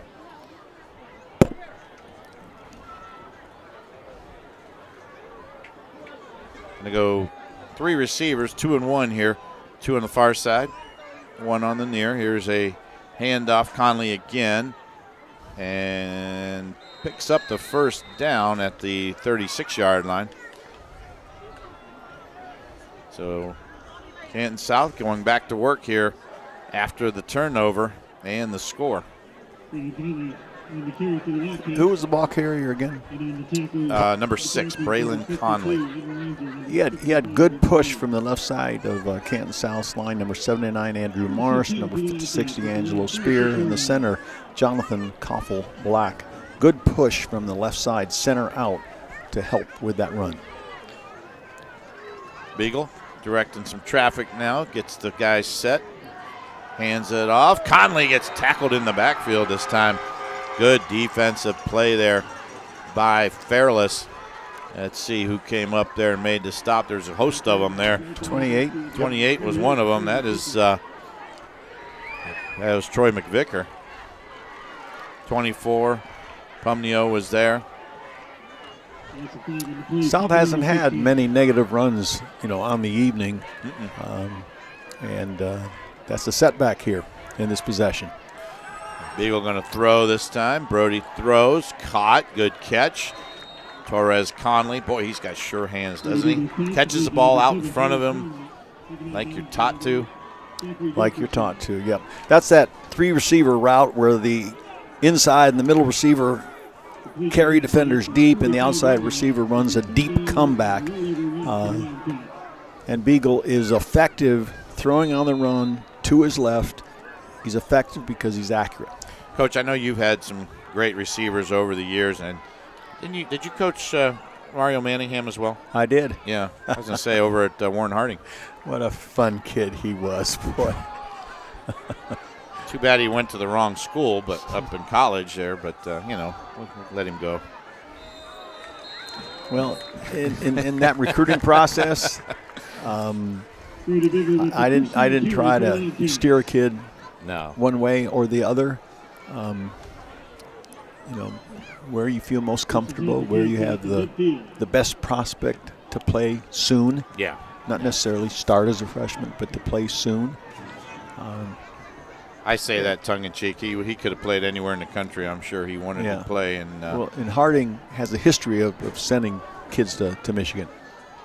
There's a handoff, and that time not much there. I don't think that was Conley. Bautista, I believe. Bautista, yeah, that was Diego Bautista, the ball carrier. He is wearing 28 instead of 29 tonight. You certainly are able to read those numbers on those jerseys better than I am. No, I just look at Jason and he points. Here's a handoff. Nope. Fake. Throw. Conley. Oh, my goodness. Torres. Conley with the catch. And some traffic. There was a Fairless defender who thought he was going to intercept the ball until Conley came underneath him on the slant route and made the reception. You know those guys at the pro level, they get a spotter and everything. Yeah. I just look at Jason and he goes, that guy right there. Trips on the near side. Got a back in the backfield. There's a handoff. That's Conley. And that's Conley. That is Conley right there, number 6, Braylon. You're right, the darker it gets here, I can't see those numbers. Well, but it's it looks like a Conley run. It does, yeah. The number may be difficult to read, but his running style is not difficult to identify. Correct. What's funny is I watched the replay on our monitor, and you can see those numbers fine on the TV. Oh, I know that. And it's just amazing, the difference. Yeah, our listeners have, they think, you or I are, all of us are crazy. There is a handoff. Conley, nope. Beagle takes it and carries it up to the 21-yard line. He did a nice job there with the play fake. So Brody Beagle picks up the first down, moves the chains, and Canton South is right back to close to where they were before. Most of it on the ground, too. Yeah, it has been. And it's been very effective. Well, and again, that doesn't stop the clock, and with a lead, not that you're anxious, but if you can move the ball on the ground with a lead like this, then do it. Yeah. There is Beagle. Thought about throwing it. Now he tucks it and runs inside the 20 to about the 16-yard line. He made you think he was going to throw it. That was he. Great he fake. Caught the ball from the center in the shotgun. It took the ball to his throwing shoulder, but that was all a disguise. It was a designed quarterback draw. Our radio game tonight, Northwest up on Tuslaw now, 13-6. That one in the fourth quarter. We are still in quarter number 3 here with 2:06 to go. Handoff, Conley. Conley still on his feet inside the 10, and Braylon Conley gets it to about the 9-yard line. He bounces off of guys. He does. He's not avoiding people. The more that he can bang into and run into, the more he seems to like it. But the end result is a good game. Yeah. Jackson up on top of Glen Oak now, 14-7, third quarter score. Green on top of Louisville, 20-14 in third quarter. Perry still trails Hoover, 28-14. There's a handoff. Conley is trying to squeak his way through. Still on his feet inside the 5 to about the 4-yard line. Showing a little power that time. I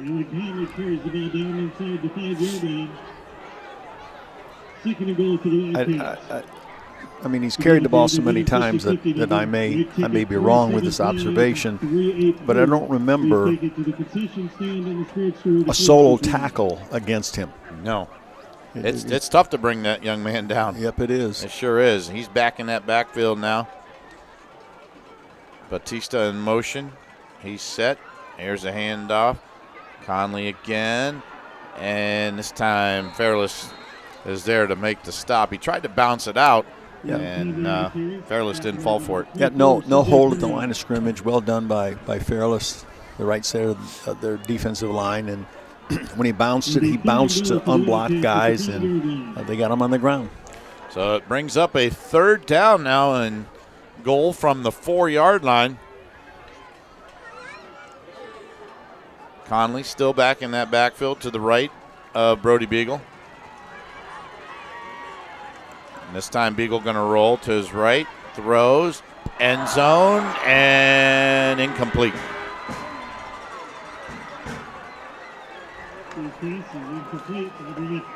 And that's going to bring up fourth down. And what will the Wildcats do here?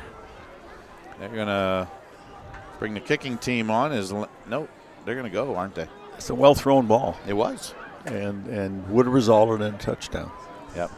I was right the first time. Landon White is in to try the field goal. He's going to set it at about the 12-yard line. At this point with a lead, you want to make it a 2-score lead. Yep, it's going to be a 22-yard attempt. There's the kick, up and good. And Canton South extends their lead now by 3. It's the Wildcats 24 and Fairless 14. 3 seconds remaining here in the third quarter. We'll be back right after this timeout.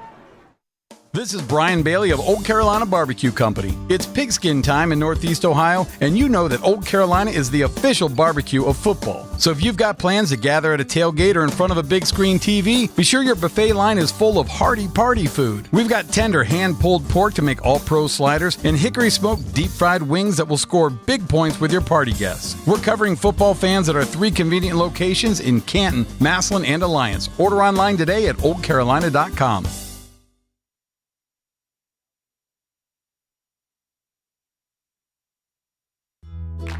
With Bell Store's Bell Buddy Rewards, you save in-store and at the pump. New members receive 20 cents off per gallon as a welcome gift. Everyday savings are made easy. Instantly enjoy 3 cents off per gallon just for being a member. When you spend $25 in store, unlock an extra 5 cents off per gallon on your next fill-up. Buy 5, get 1 free. Track your drinks and earn free coffee, fountain, icy, and espresso with drink clubs. So start saving today. Download the Bell Stores app and sign up for Bell Buddy Rewards. We'll do this back here kickoff at Breck Bueller Stadium. Frank Cilona, Coach Thom McDaniels. Jason West is our statistician tonight. And after the kick here, we will do our Sugardale Freshmark scoring drive. And here is a run back. And boy, oh boy, you could almost sense that John Hill was going to break that, but he got tripped up right around that 40-yard line. I think it's number 8. No, number 4 made that tackle, or he'd have been gone. Yeah. With our Freshmark Sugardale scoring recap, here's Coach McDaniels. This time, Canton South covers 73 yards in 14 plays and took 7 minutes 29 seconds off the clock, which was their intention. Landon White with a 22-yard field goal, and South has a 24-14 lead with 12 minutes on the clock at the beginning of the fourth quarter.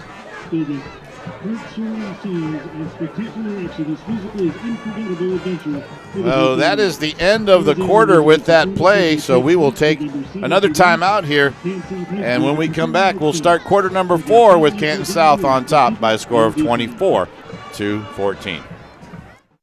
This is Brian Bailey of Old Carolina Barbecue Company. It's pigskin time in Northeast Ohio, and you know that Old Carolina is the official barbecue of football. So if you've got plans to gather at a tailgate or in front of a big screen TV, be sure your buffet line is full of hearty party food. We've got tender hand-pulled pork to make all-pro sliders and hickory-smoked deep-fried wings that will score big points with your party guests. We're covering football fans at our 3 convenient locations in Canton, Massillon, and Alliance. Order online today at oldcarolina.com.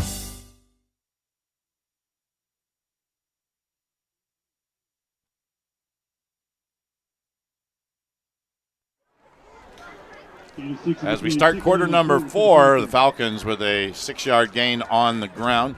They just ran their first play of the second half. Yeah, they did not run a play. They had the interception return, but didn't possess the ball until this possession.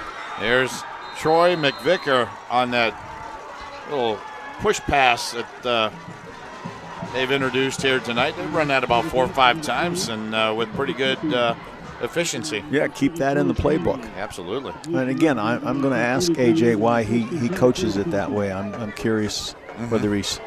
It almost seems like he's got that momentum going too, and you just kind of want to keep him, that head of steam going. Same play. There it is again. And well, that time McVicker got stood up after a gain of about 6. It's like a chest pass in basketball. It is, yeah. And he does it with the right hand, whether he's going right or left. He went left that time and the previous time, but it's a push pass. Yeah. And that time, well, McVickers comes off the field. Looks like he was shaking his head there. Those count as passing attempts and receptions. Yes. Yeah, that's 7 catches now for McVicker. Yeah, I mean, if he drops it, it's an incomplete pass. Correct. Not much risk there. No. Now we're going to go 2 receivers here on the near side, and it looks like we've got motion on Fairless. Even though South jumped, the running back moved and the right tackle moved at the same time. So it's going to push back Fairless 5 yards. Saturday Morning Huddle is once again the most popular high school football show around. The show has been jam-packed with coaches and player interviews, highlights, and so much more. If you missed it, check it out on 1480 WHBC's YouTube channel. Saturday Morning Huddle with Kenny Rhoda and John Bozica. Saturday morning at 10 a.m. and on demand. Did they make you say that? They did. Well, I had to read it. Pam wrote it. There's Ritterbeck. Flag. And Ritterbeck didn't get back to the line of scrimmage.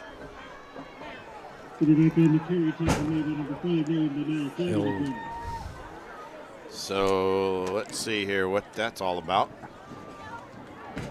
They're pointing at Fairless, so I think they're going to decline it. See Coach Matt Dennison out on the field. Let's get the call here. Yep. Legal substitution, and they're going to, I think that's what that means, and they're going to decline it.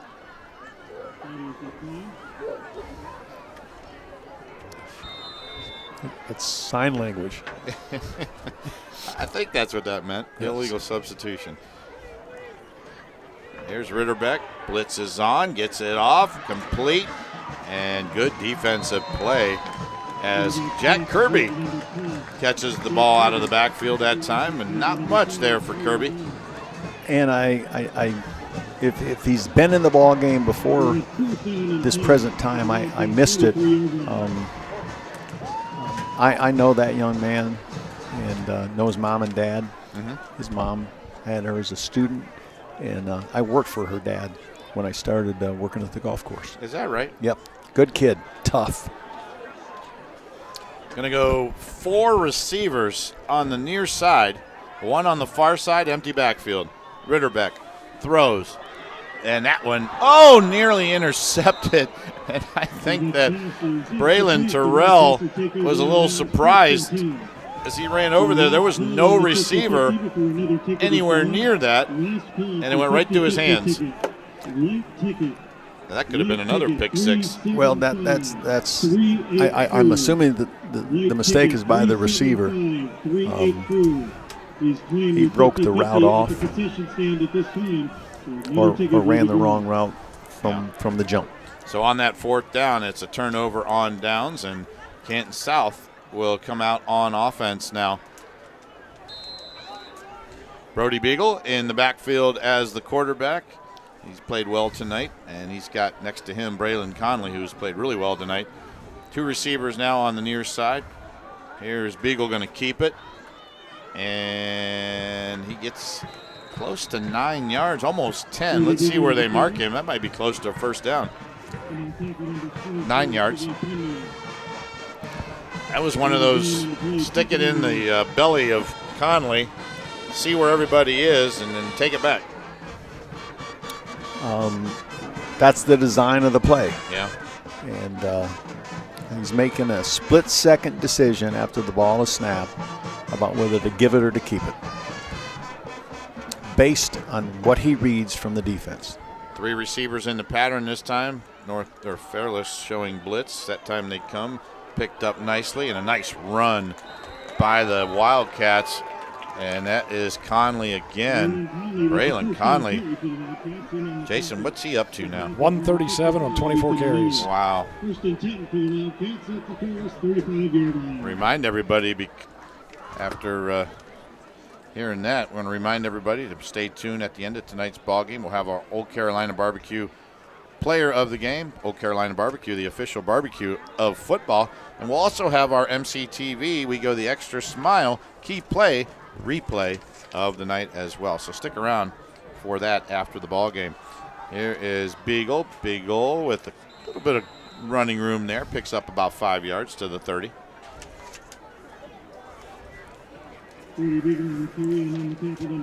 Mentioned the Buckeyes. They are on the road tomorrow. Take on Illinois. We'll have the game for you on 1480 WHBC. Pre-game starts at 10:30. And kickoff is at noon. So the Buckeyes got to get up early tomorrow out in Champaign. Doesn't everybody get up early? Not as early as you. You're out there working before I get up in the morning. I know that. Here is Conley. And Conley with a head of steam, picking up yardage, breaking tackles all the way to the 20-yard line. Picks up a good chunk of yardage there. 19 of the 22 players were involved in that pile at the end of that play. It looked like a rugby scrum at the end.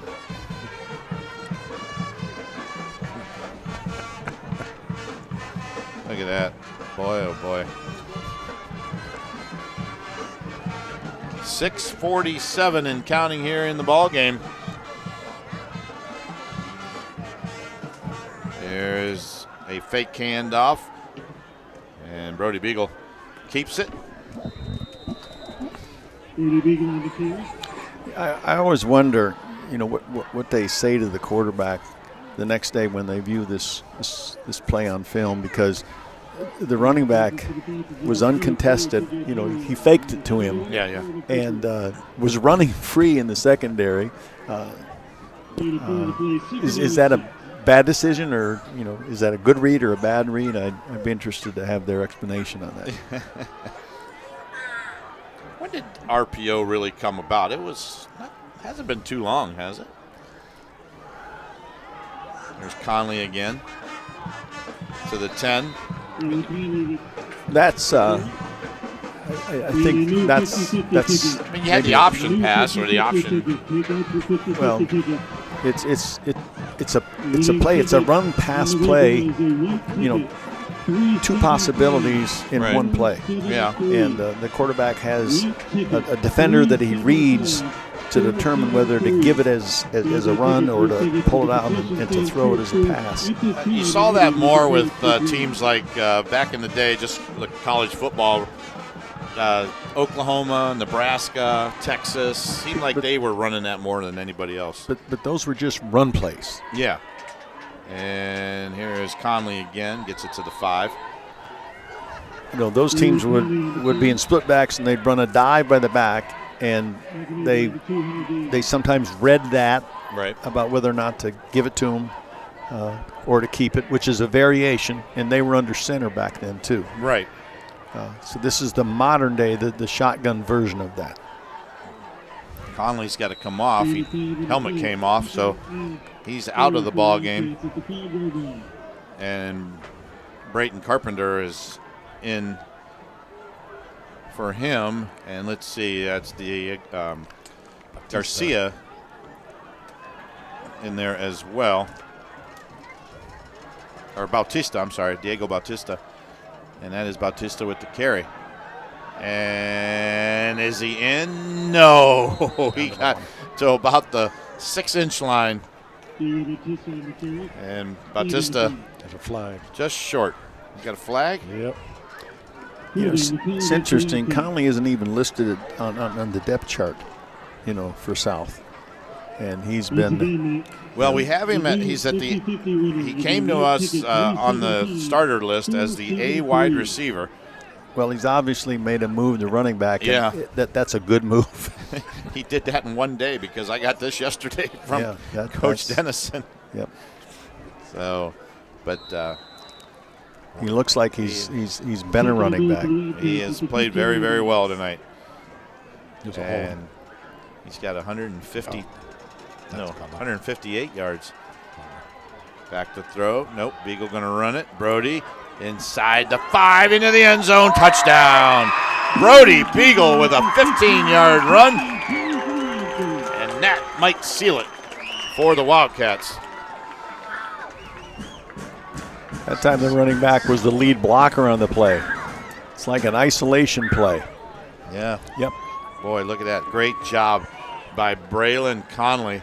When he's not running the football, he's leading the way for the others. In an isolation play, the lead back usually blocks a linebacker. He found no linebacker to block and ended up blocking the safety that sprung the back for the touchdown. Landon White's kick is up, and Landon White's kick is good. So, with 4:23 to go in the ball game, Canton South 31, and Fairless 14. We'll take a break. Come back right after this. Today's leftovers are tomorrow's hot dog toppings. The leftover dog. We Sugardale dog dare you. Yum, yum, yum, yum, yum, yum.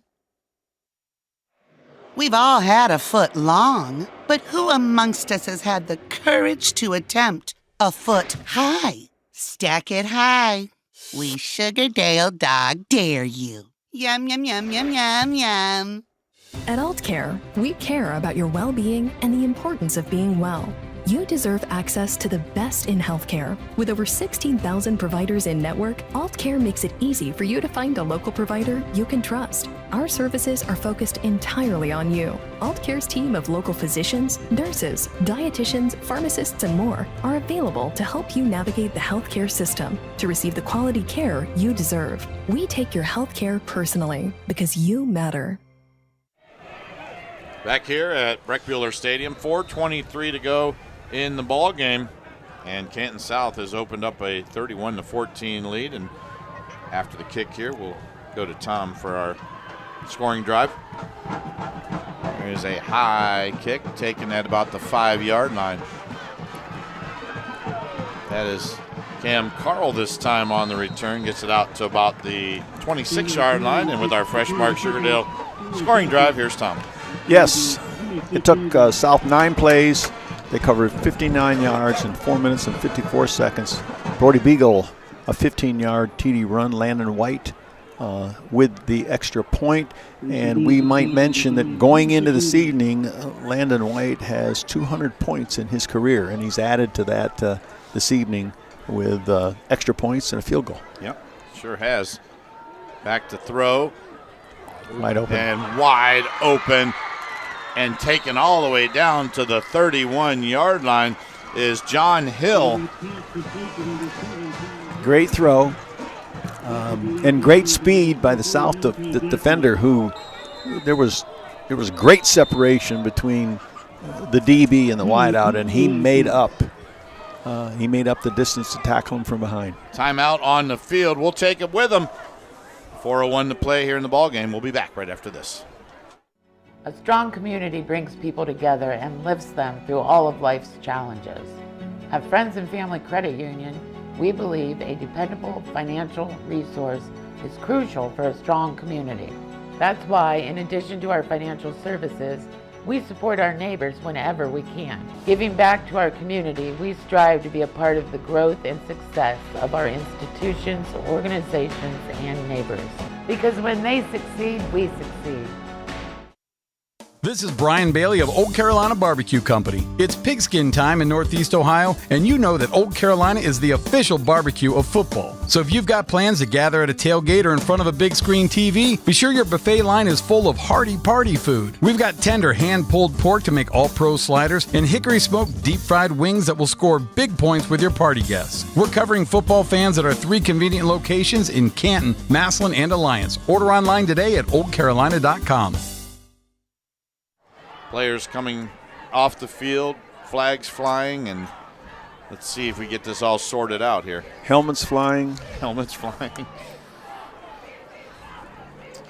The guys in the striped shirts have been real busy tonight. Ineligible downfield? No. No, it's called on the D. No.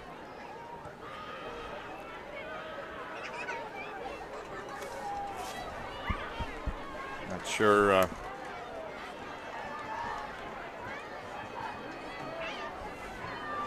Boy, that's a big 15-yarder. Yeah. Is that an illegal substitution, maybe? Or maybe they were playing with 12 and they got caught. Oh. Unfortunately, that was a participating without your helmet on, which I don't understand. His helmet fell off, but did he go after the player then without a helmet? Yeah, he was involved in the tackle. Late. Right. Late. We got a motion penalty. So they're going to call that. And it's 15 yards against South. Your helmet comes off. It's like freeze tag. You got to get out. Freeze. Yep, you got to freeze, huh? Fairless, after tonight, goes home to play Northwest and home to play Tuslaw. We'll have that Tuslaw game for you at the end of the season, Week 10. Ritterbeck, plenty of time. Now he's going to scramble and run out of bounds.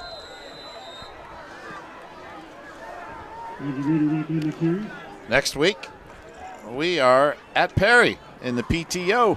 The Green Bulldogs and the Perry Panthers will battle. That'll be a tape delay game, as it's a Federal League game.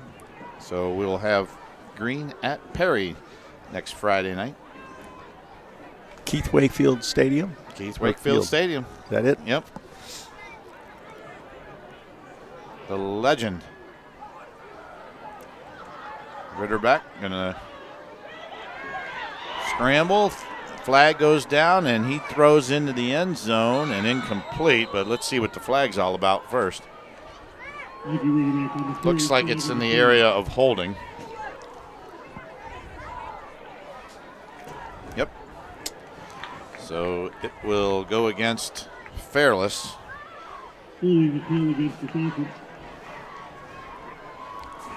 Isn't it interesting that the location of the flag suggests a penalty to us, and yeah. and we're right more than we're wrong. Matt Dennison talking it over with the refs, trying to decide what they're going to do here, and are they going to take it? Let's see. Oh, there was 2 penalties.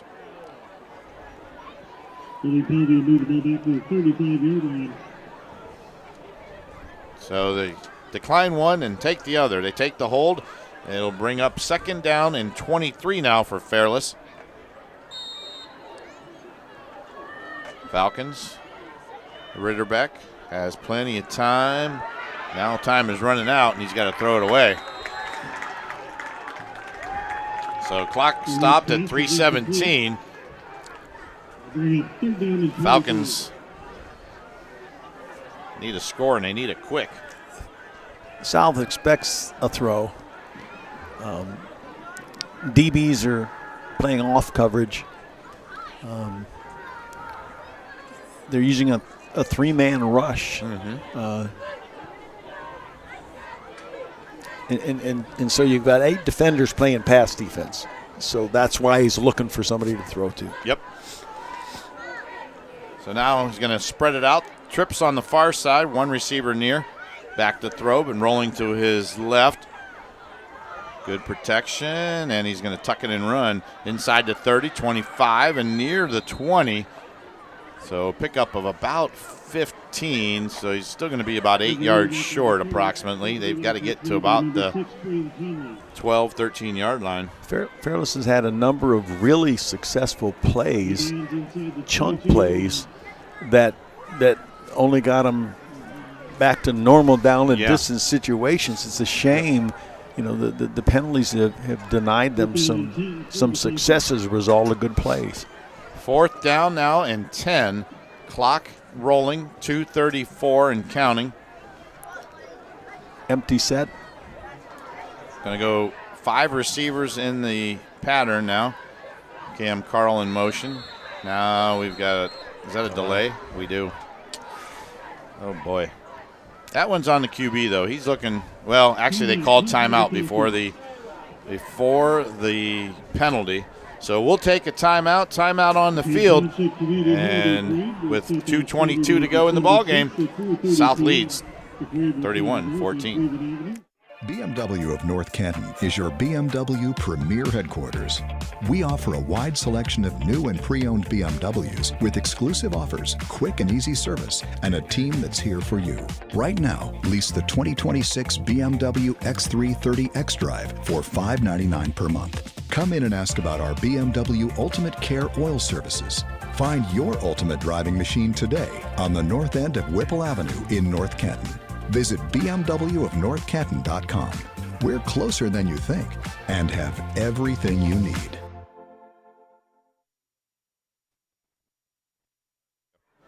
Back here at Canton South, Fairless on 4th down and 10.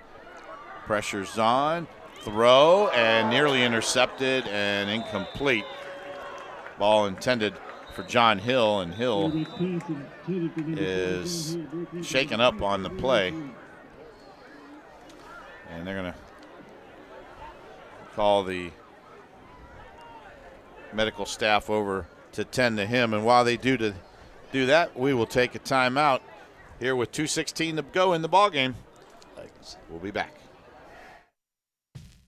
Today's leftovers are tomorrow's hot dog toppings. The leftover dog. We Sugardale dog dare you. Yum, yum, yum, yum, yum, yum. Life happens at full speed. Your internet should too. Introducing MCTV Accelerate Fiber, the fast, reliable internet that keeps your family seamlessly connected. With speeds up to 1 gigabit, Accelerate Fiber is perfect for work, play, and staying connected with loved ones. MCTV, fast, reliable, built for the moments that matter most. Upgrade today and experience the difference. Visit mctvohio.com or call today. CKP Heating and Cooling is the go-to name for heating, cooling, and more. Local owners Chaz and Ty want to thank the community for their business and support. For heating, cooling, refrigeration, boiler work, sheet metal, custom fabrication, and more, go with CKP. Call 330-791-3029 or visit them online at ckphvac.com.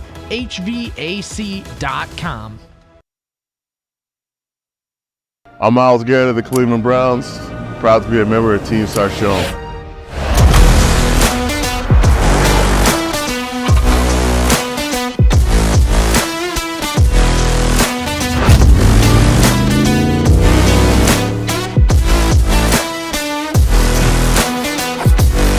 Join us at Sarchon Auto Group as we drive towards a brighter future. Because when we come together, on and off the field, we can accomplish anything. Community, teamwork, strength, that's what we're all about.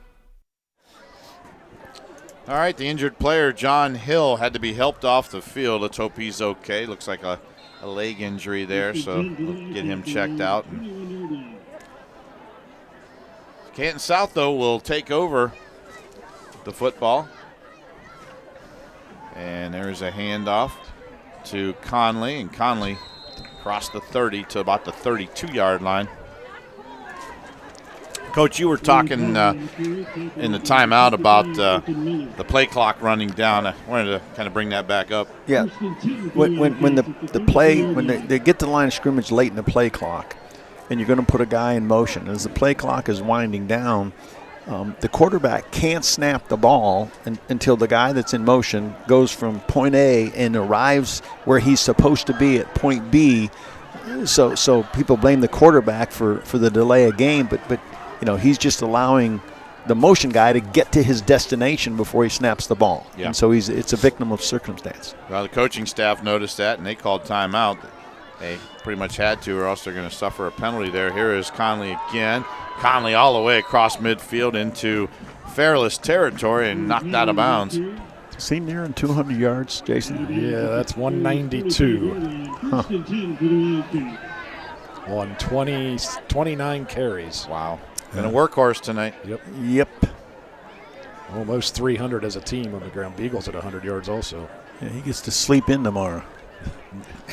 No junior varsity game for him. No. I don't think so.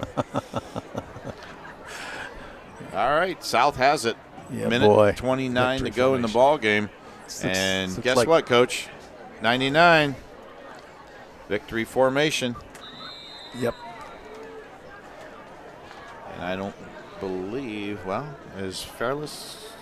You know why? They're not going to. In the 99 formation, you know why that guy is lined up 10 yards behind the quarterback? Uh-huh. Why? Why is it? Oh, for a safety. I mean, he's in case a fumble or something like that, right? That's correct. He's the goalie. He's the goalie, yeah. So they will wait, let the clock wind down. Play clock is at 13. The game clock is at 53, so they're going to have to snap it here one more time. They're taking yards away from their total yardage. They'll take the win. Yes, absolutely. Good job, though, by Canton South tonight as the Wildcats.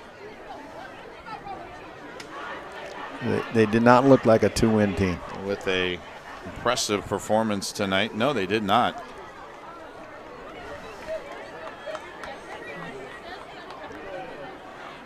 So one more snap should do it. Beagle will take a knee, and that will do it. So the Canton South Wildcats, an impressive win. We'll keep an eye on Coach Matt Dennison down there and see if Nick can slip him the headset. We'll get an opportunity to go down and talk with Coach, get his thoughts on this one.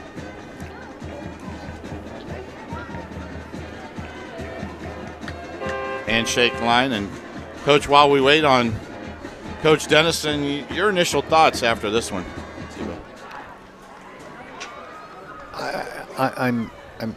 I'm sort of shocked by South's good play, because a 2-win team at this point of the season suggests that they're not a very good football team. But they didn't look like a bad football team tonight. You're right. They had purpose, with what they wanted to do offensively, and they got that done. They played better defense than they have in some of their losses, because in some of their losses they've given up, a bunch of points. Yeah. So it's a great win for a 2-win team that can finish, if they can continue to play like they can finish 5-5, and that may get you a berth in the playoffs. That may not, but they took a step in the right direction this season. There's Coach Dennison walking by Nick right now. Let's see if we can catch up with him. I think he is going to talk to us. Is he? Yep. We're going to put that headset on and get him on there. Coach, can you hear us? I think we got him down. Yep, I'm here. All right, Coach. Thank you so much for joining us here in the postgame. Frank Cilona alongside Coach Thom McDaniels. First of all, congratulations. A nice win for your team tonight. And talk about your thoughts after this one. Well, this was a must-win for us. We've been in every game. We haven't been able to close some stuff out, and this was really good for our kids. Gave us some confidence. Thom, I knew he was coming, and he was expecting Dennison football, so I gave him some. My dad's at the game. He's down in the corner, so I wasn't allowed to pass tonight.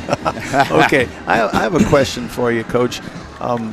The transition for Conley from wide out to running back, has that been a work in progress, or was that? No, that's his brother. They're brothers. Therese caught the touchdown, and Braylon's always been our running back. I got it. Okay. And Braylon's first start was against these guys last year. He ran for 150 last year. Okay. Well, he had a super night tonight. 192 we have him for unofficially. And I tell you what, Coach, one of the things that you mentioned about running the football, Dennison style, but, when he wasn't running the football, he was downfield blocking, which we noticed, and I thought, I'm sure a coach like yourself really appreciates that. I told our coaches, we've known all the way through, Braylon's probably the best blocking tailback I've ever had in 32 years of coaching. He loves blocking. He's really good at it. Yeah. And I give our receivers, they're a bunch that, we like to throw the ball. We throw it 20 to 40 times a game usually, and, they did a great job. They stayed with it, and they blocked their butts off tonight, so I give them a lot of credit too, because, they know the game. These guys, they gave us a 7-man box, a 5-man box, and a 6-man box. We're going to run the ball. Yep. Sounds good. Coach, thank you so much. You did it well tonight. Well, I appreciate it. Thank you. Thank you so much for spending some time with us. Congratulations. Go enjoy this one. Thank you. I appreciate it, guys. All righty. There he is, Coach Matt Dennison, and just congratulations to him and Canton South. A big win for them tonight. They improved now to 3-5, 2-3 in the league. And this kind of performance this late in the season can spark you, to perform like that, regardless of who the next opponent is, again and again and again. So they have a chance. The best they can be is 5-5, and they took a giant step this evening toward being that kind of football team after 10 games. Yep, absolutely. All right, well, we're going to take a breather here, take a break, come back, and we've got some hardware to give away, and we'll talk about that, give you some scores, stats, and more right after these timeouts. Aultman is here for you, in your community, because you matter. We're proud to be the area's first and only independent health system. We are one team, joined together and committed to one mission, to lead our community to improved health. And we've always been here, dedicated to providing you with the very best in care, wellness, education, insurance, and more. For your community and for your family, Aultman is always here for you. Here in North Canton, life takes us all kinds of places. From cheering under the Friday night lights, to a Saturday at the Hall of Fame, to a family trip to the apple orchards. Here at Toyota of North Canton, we have the perfect vehicle to get you there. Right now, get the 2025 Toyota Tacoma SR5 for 2.99% APR, including our exclusive lifetime warranty. ToyotaofNorthCanton.com. No matter where you're going, we'll take you there. And we're closer than you think. We've all had a foot long, but who amongst us has had the courage to attempt a foot high? Stack it high. We Sugardale dog dare you. Yum, yum, yum, yum, yum, yum. At Aultcare, we care about your well-being and the importance of being well. You deserve access to the best in healthcare. With over 16,000 providers in network, Aultcare makes it easy for you to find a local provider you can trust. Our services are focused entirely on you. Aultcare's team of local physicians, nurses, dietitians, pharmacists, and more are available to help you navigate the healthcare system to receive the quality care you deserve. We take your healthcare personally because you matter.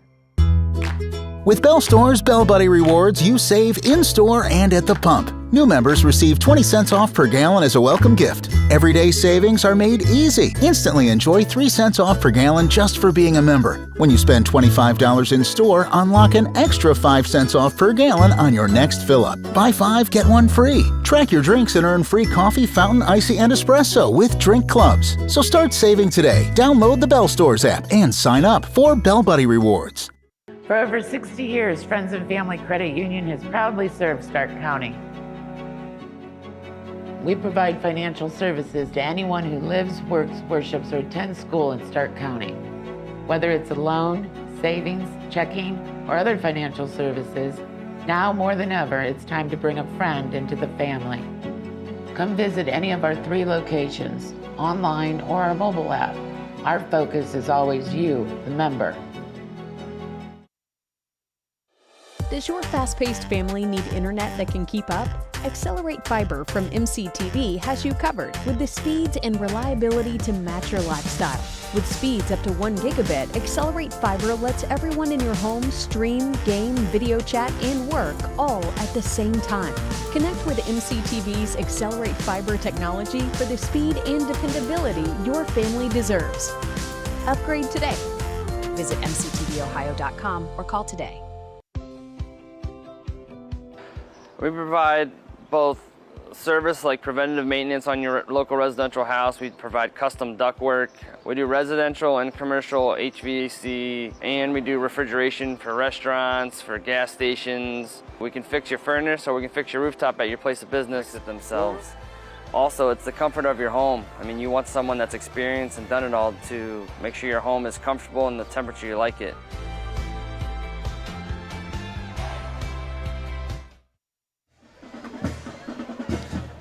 Back here at Breck Bueller Stadium, a final tonight. Canton South 31 and Fairless 14. Give you some scores here before we get to our numbers.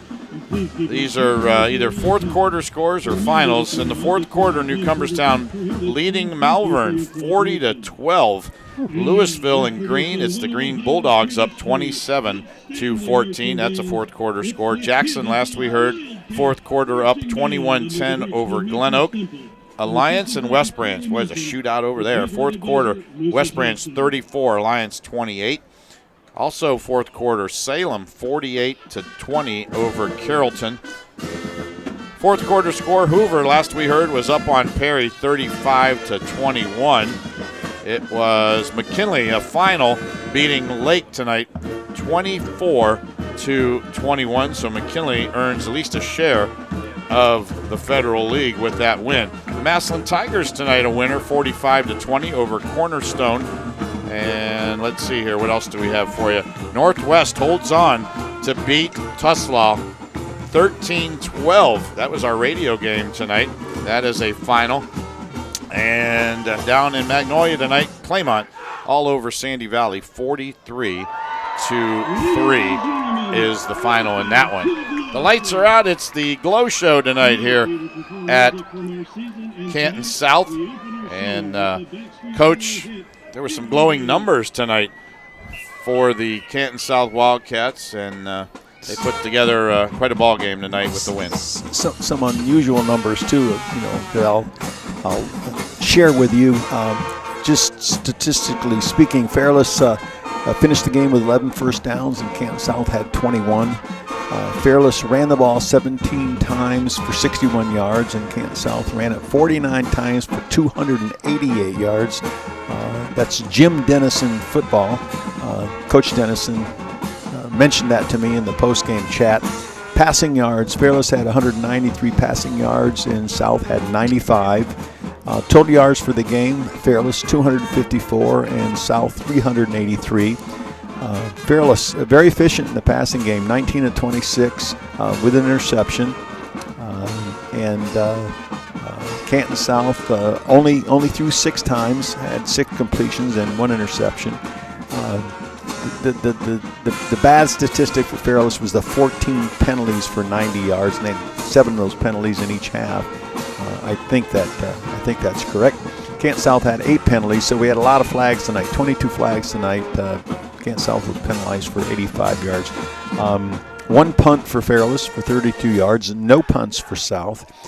Fumbles, none for Fairless. 1 for South, but they recovered it themselves. Third down, Fairless 4 of 9, and South didn't have a third down attempt in the first half and finished 2 of 4. Fourth downs, Fairless 0 for 4, and Canton South did not attempt a fourth down play. Time of possession, Fairless 19 minutes and 35 seconds, and Canton South 28 minutes and 25 seconds. The interesting statistic is in the second half, Fairless only possessed the ball for 4 minutes and 53 seconds of offense during the second half. Part of that is explained away by the long interception return for a touchdown. That negates an offensive possession. But that's a low number. And that was all in the fourth quarter, right? Because they didn't have a possession in the third. They didn't have a line of scrimmage play until the first play of the fourth quarter. Wow. That's right. That's an amazing number. Sure is. Wow. Good job tonight by Canton South. Just an incredible performance tonight. And speaking of performances tonight, we've got a couple things we want to give away as our key play replay. And unfortunately, it did not come in a winning situation, but our MCTV key play replay goes to the Fairless Falcons. An interception return, 98 yards for a touchdown. You see it here. And taking it to the house for Fairless is number 4, and that is Ornell Hunter. And he is gone for the Ontrell Hunter, I should say, for the touchdown. 98 yards for the score, and that is our MC TV key play replay of the night. Well, it wasn't hard figuring out who our Old Carolina Barbecue player of the game, the Old Carolina Barbecue, the official barbecue of football, and our Old Carolina Barbecue, as you see Hunter running down the sidelines and into the end zone.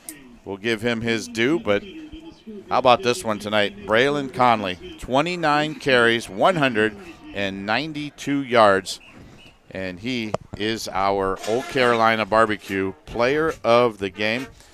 Great performance tonight from Braylon, so congratulations to him. We will submit him to our group chat tonight, and he could be our Old Carolina Barbecue Player of the Week. We are part of that chat, right? We are. Okay. Absolutely. Just making sure. We got to fight for our guy.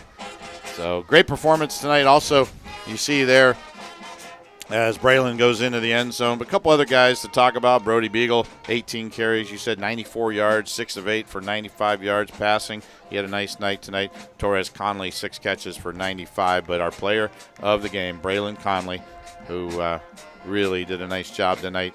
And he is worthy of our Old Carolina Barbecue player of the game. A lot of folks to thank tonight. And our Claxon Communications crew, production assistant, Abrielle Jones is the production assistant. The camera operators tonight, Andrew Hughes, Trevor Lake, our video producer, the one and only Casey Claxon, our on-site engineer, Nick Zapolis, our stat guy, Jason West. Thank you so much, Jason, for stepping in this week. For my partner, the coach, the Hall of Famer, Thom McDaniels. I'm Frank Cilona saying have a great night, everybody. Congratulations to the Canton South Wildcats, a win tonight, 31-14. Have a good night, everybody. Thank you for joining us for the 2025 Aultman Healthcare Systems Aultcare YouTube Game of the Week. Be sure to subscribe to the 1480 WHBC YouTube channel now.